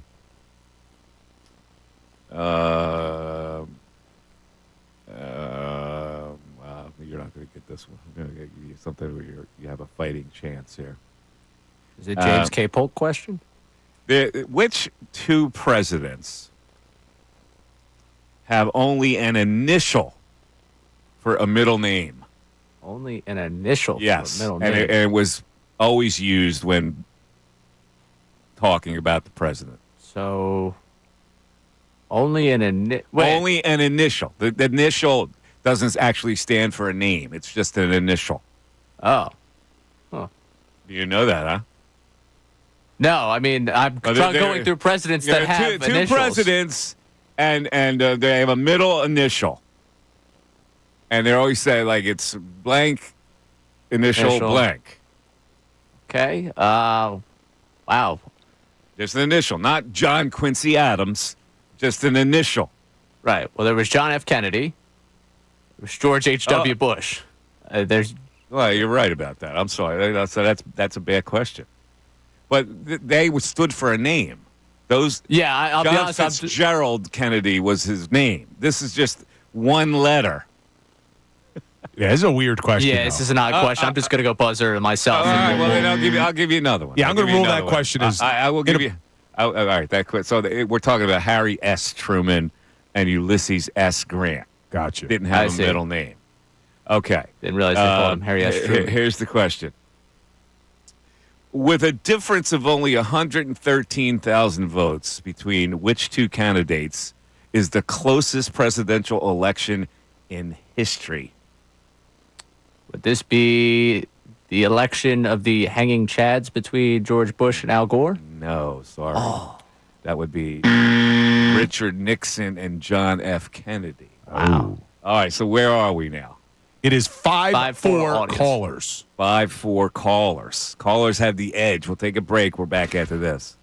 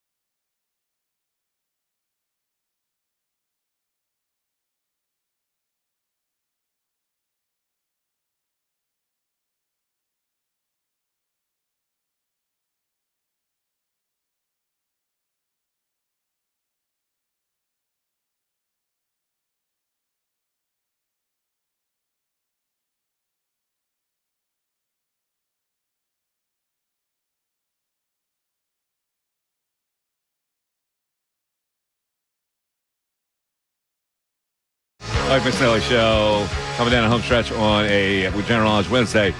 We were talking about Embiid in this hour and what was appropriate, and I think it came out perfectly even. A guy made an egregious statement in a column. It ticked off the player called him out. He took the column was changed. He apologized at the time, and then he faced the music by going into the locker room and offered his hand to an apology and got shoved. Even Steven from me. And other people are like, you can't just put your hands on somebody. Well, it's the sports world. It's not the real world. So when you do something like that, you got to take a beating. And I don't mean that literally. I just mean a little shove. And it's fine for me. Now, does the Inquirer do anything to Marcus Hayes? No. Why would they do something to him? What did he do wrong? Well, he crossed the line. He wrote a column that crossed the line. But a column is your opinion, and so you have literary license to do anything you want. Now, once they saw it in print, and people complained about it, they deemed it inappropriate, and they changed the lead, which they should have done in the first place. But he didn't do anything wrong except write what he felt. Now, sometimes you write what you feel, and it crosses the line, and it offends somebody in a personal way. Yeah, he crossed the line, but I guess not punishable. Yeah, not a punishable cross. In fact, he should be writing about it now. He really should. Back to the phones. Matt in Levittown. Matt, you're on 97.5 The Fanatic. Matt. Hey, Mike. Welcome back. It's nice to have you back. What's up, Matty? So I just want to ask a quick question. It's not really, but Marcus Hayes is kind of a jerk, right? In real life. No, he's not he's not a bad guy. I played a lot of basketball with him. There's nothing. He's not a bad person. No. All right, because I still come from the school of thought that sometimes some people should be slapped in the face sometimes, I think. But well, what makes him a bad person? Because he writes provocative stuff? Well, Matt, I've never met him. So Mike has. I've never met him, and I will tell you my perception is he's a jerk. But that's from the outside looking in, because I only read his stuff. Not a jerk. He writes provocative stuff that borders on hot takes, but that's what he does. He's not a bad person. But when you hear him talk about the stuff that he writes, he sort of acts like a jerk about it to me, and that's just my opinion. You know what I mean? Maybe he comes off a little smug. I don't know. He seems to be an okay guy. Yeah, okay. So my next question is Tyrese Maxey really a max player if he was anywhere else in the world? In this day and age, he is. But is he Allen Iverson? No. I think you're finding that clearly that he can't carry a team. Yeah, great player, but he can't carry a team. Most max guys can, even if if the other guy is out on. In this day and age, everybody's a max player. Yeah, it's like because you can't afford to lose somebody. But Tyrese is he's only 24. Yeah, but he's like either way, he's just not big enough, right? Yeah, a guy at that size, 6'3", and be able to D up to be a max guy. Yeah, right? No, Allen Iverson couldn't D up either, but Allen Iverson was unstoppable. Anytime he needed a bucket, he could get it. Maxey can't do that. He can get you a lot of buckets. He can't get you a bucket as an unstoppable force. Yeah, he can't carry a team. It doesn't seem to me, and I love him. Don't be mistaken. He is one of my favorites. I love him. I go to Sixers. I love him. But he for instance, it didn't matter who Allen Iverson was on the floor with. He was going to be able to dominate and get you a bucket. Maxey clearly is suffering because his team's not complete. Because he's forcing a lot of stuff. Iverson, I don't know if he forced stuff, but he seemed to get any basket he wanted. So, and whether it looked like a force or not, he was under control.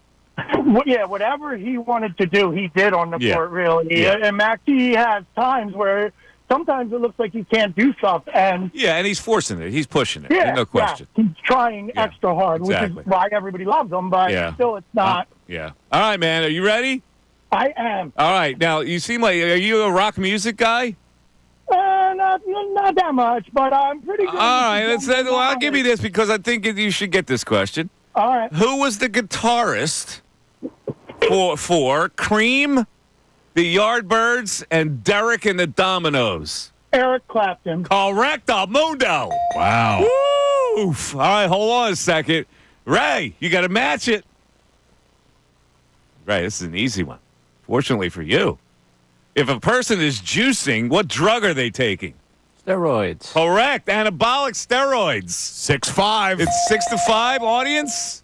6-5 audience. Deshaun in Norwood. You're on 97.5 The Fanatic. Deshaun. Hey, what's up, Mike? How What's you doing? going on, Deshaun? How you doing? I'm good, man. How y'all doing in there? Good. Okay. So, what do you think how we should have did during the deadline, if anything? Yeah, I look at it and I go, the people that were dealt, except for Marshawn Lattimore, are kind of just like, very minuscule role players. So I think the Eagles are thinking they couldn't do better with what they could have acquired. Yeah, once I saw Vic Fangio said he didn't really need anything and he was pleased with his defense, I really didn't think we were making a move after that. Yeah. I'm okay with it. Yeah, and they're fine. You look at Roseman over the last few years. 2018, they get Golden Tate. Didn't really work out. 2019, they get Jannard Avery. Didn't work out. 2022, they get Robert Quinn. Didn't work out. Last year, they make the trade for Kevin Byard. Didn't work out. So it's like, I know we want to see moves, but he hasn't been that great at making deadline moves because it's hard in the NFL. It's not basketball. It's not hockey. It's not baseball. It's hard to bring in a guy this late, and he just makes a huge difference for your team. Yeah, especially if it's not like a top guy. It's like just like a mediocre, average guy you just need for depth. It's definitely hard. Yeah, you're right. All right, general knowledge for you, buddy? For sure. Here it is. This is NBA players who changed teams. In the year 2007, this player changed from the Seattle Supersonics to the Celtics. Kevin Garnett. That's incorrect. Supersonics to the Celtics. Ray Allen. We forget Ray knew played that with one. the Supersonics, right? Did you know that Didn't one, know Ray? that one. All right, Ray. He can tie them. He can tie the callers here. Ray, in 2000. Oh, boy. The year 2000. Important one for my life. This player changed from the Raptors to the Magic. A very underrated great player. Raptors to the Magic. Started with the Raptors. I believe he was drafted by the Raptors. Changed from the Raptors to the Magic. And it would be one of many teams he would then play on. 2000, you said? 2000, Ray. Tracy McGrady. Correct! Tracy McGrady is correct. Where do we stand? It is a 6-6 We're tied. game. Oh, no. Darren in Norristown. You're on 97.5 The Fanatic. Darren. What's up, Mike? How you doing, buddy? What's up, Ray? Mike, you guys are like the two uncles, you and Bill, and you guys are always getting to him. Ray's like the little nephew. You guys are always getting to him. But no, I agree with you, Mike, with the Embiid thing. Like it worked out. What's the 3 games? That's the minimum probably they had to give him. Yeah, I would think. I think the Sixers suggested 5. When the league came in and said they had 3. So they're telling you they didn't find it that egregious either. Yeah, and then like the one caller said about the 40 points when he comes back, he's probably going to use all of this as fuel. I'm hoping, right? Yeah, I don't think he scores 40 in his first game. I think it's going to take him a while to get his legs under him.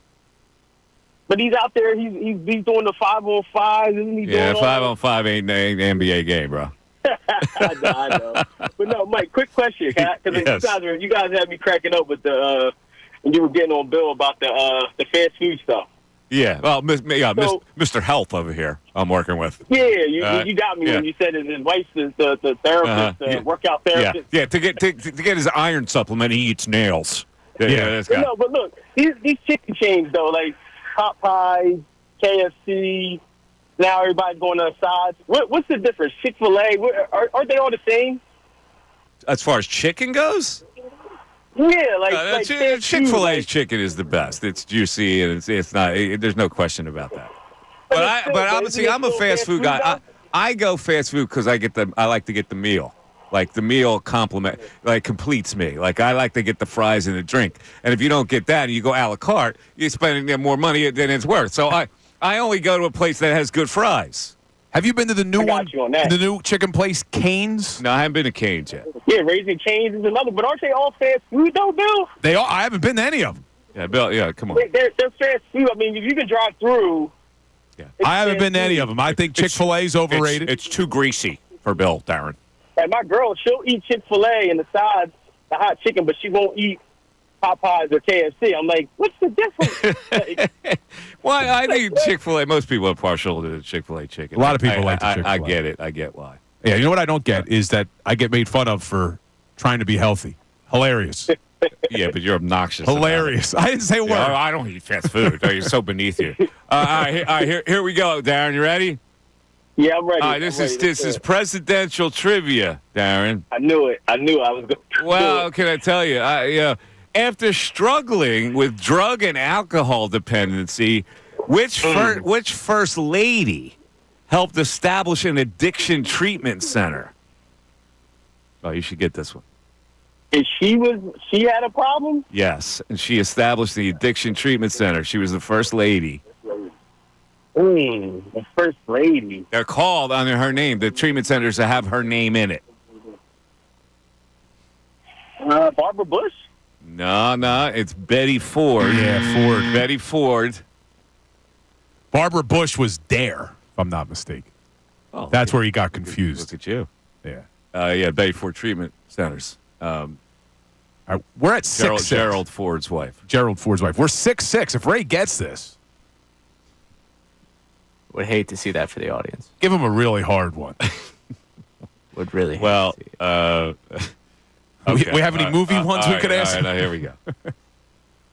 Who served as vice president during George H.W. Bush's presidency?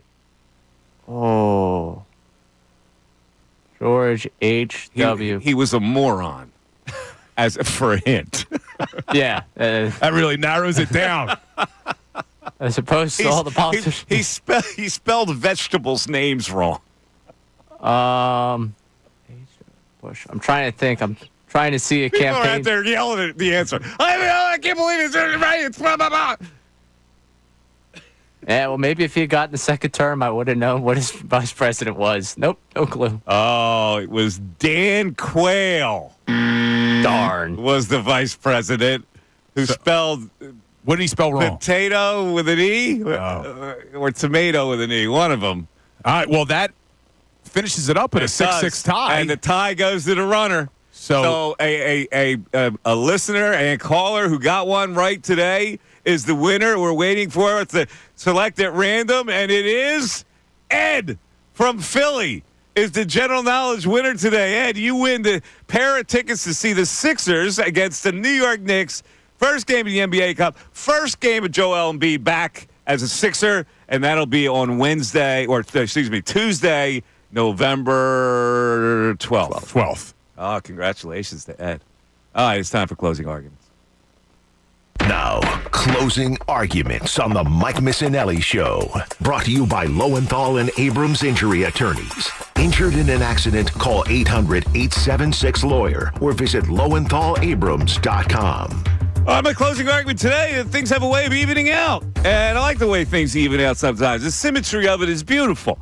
A guy writes an egregious column, ticks off an athlete. The athlete calls him out. They change the story as soon as it really happened, and it was only seen by a certain amount of people.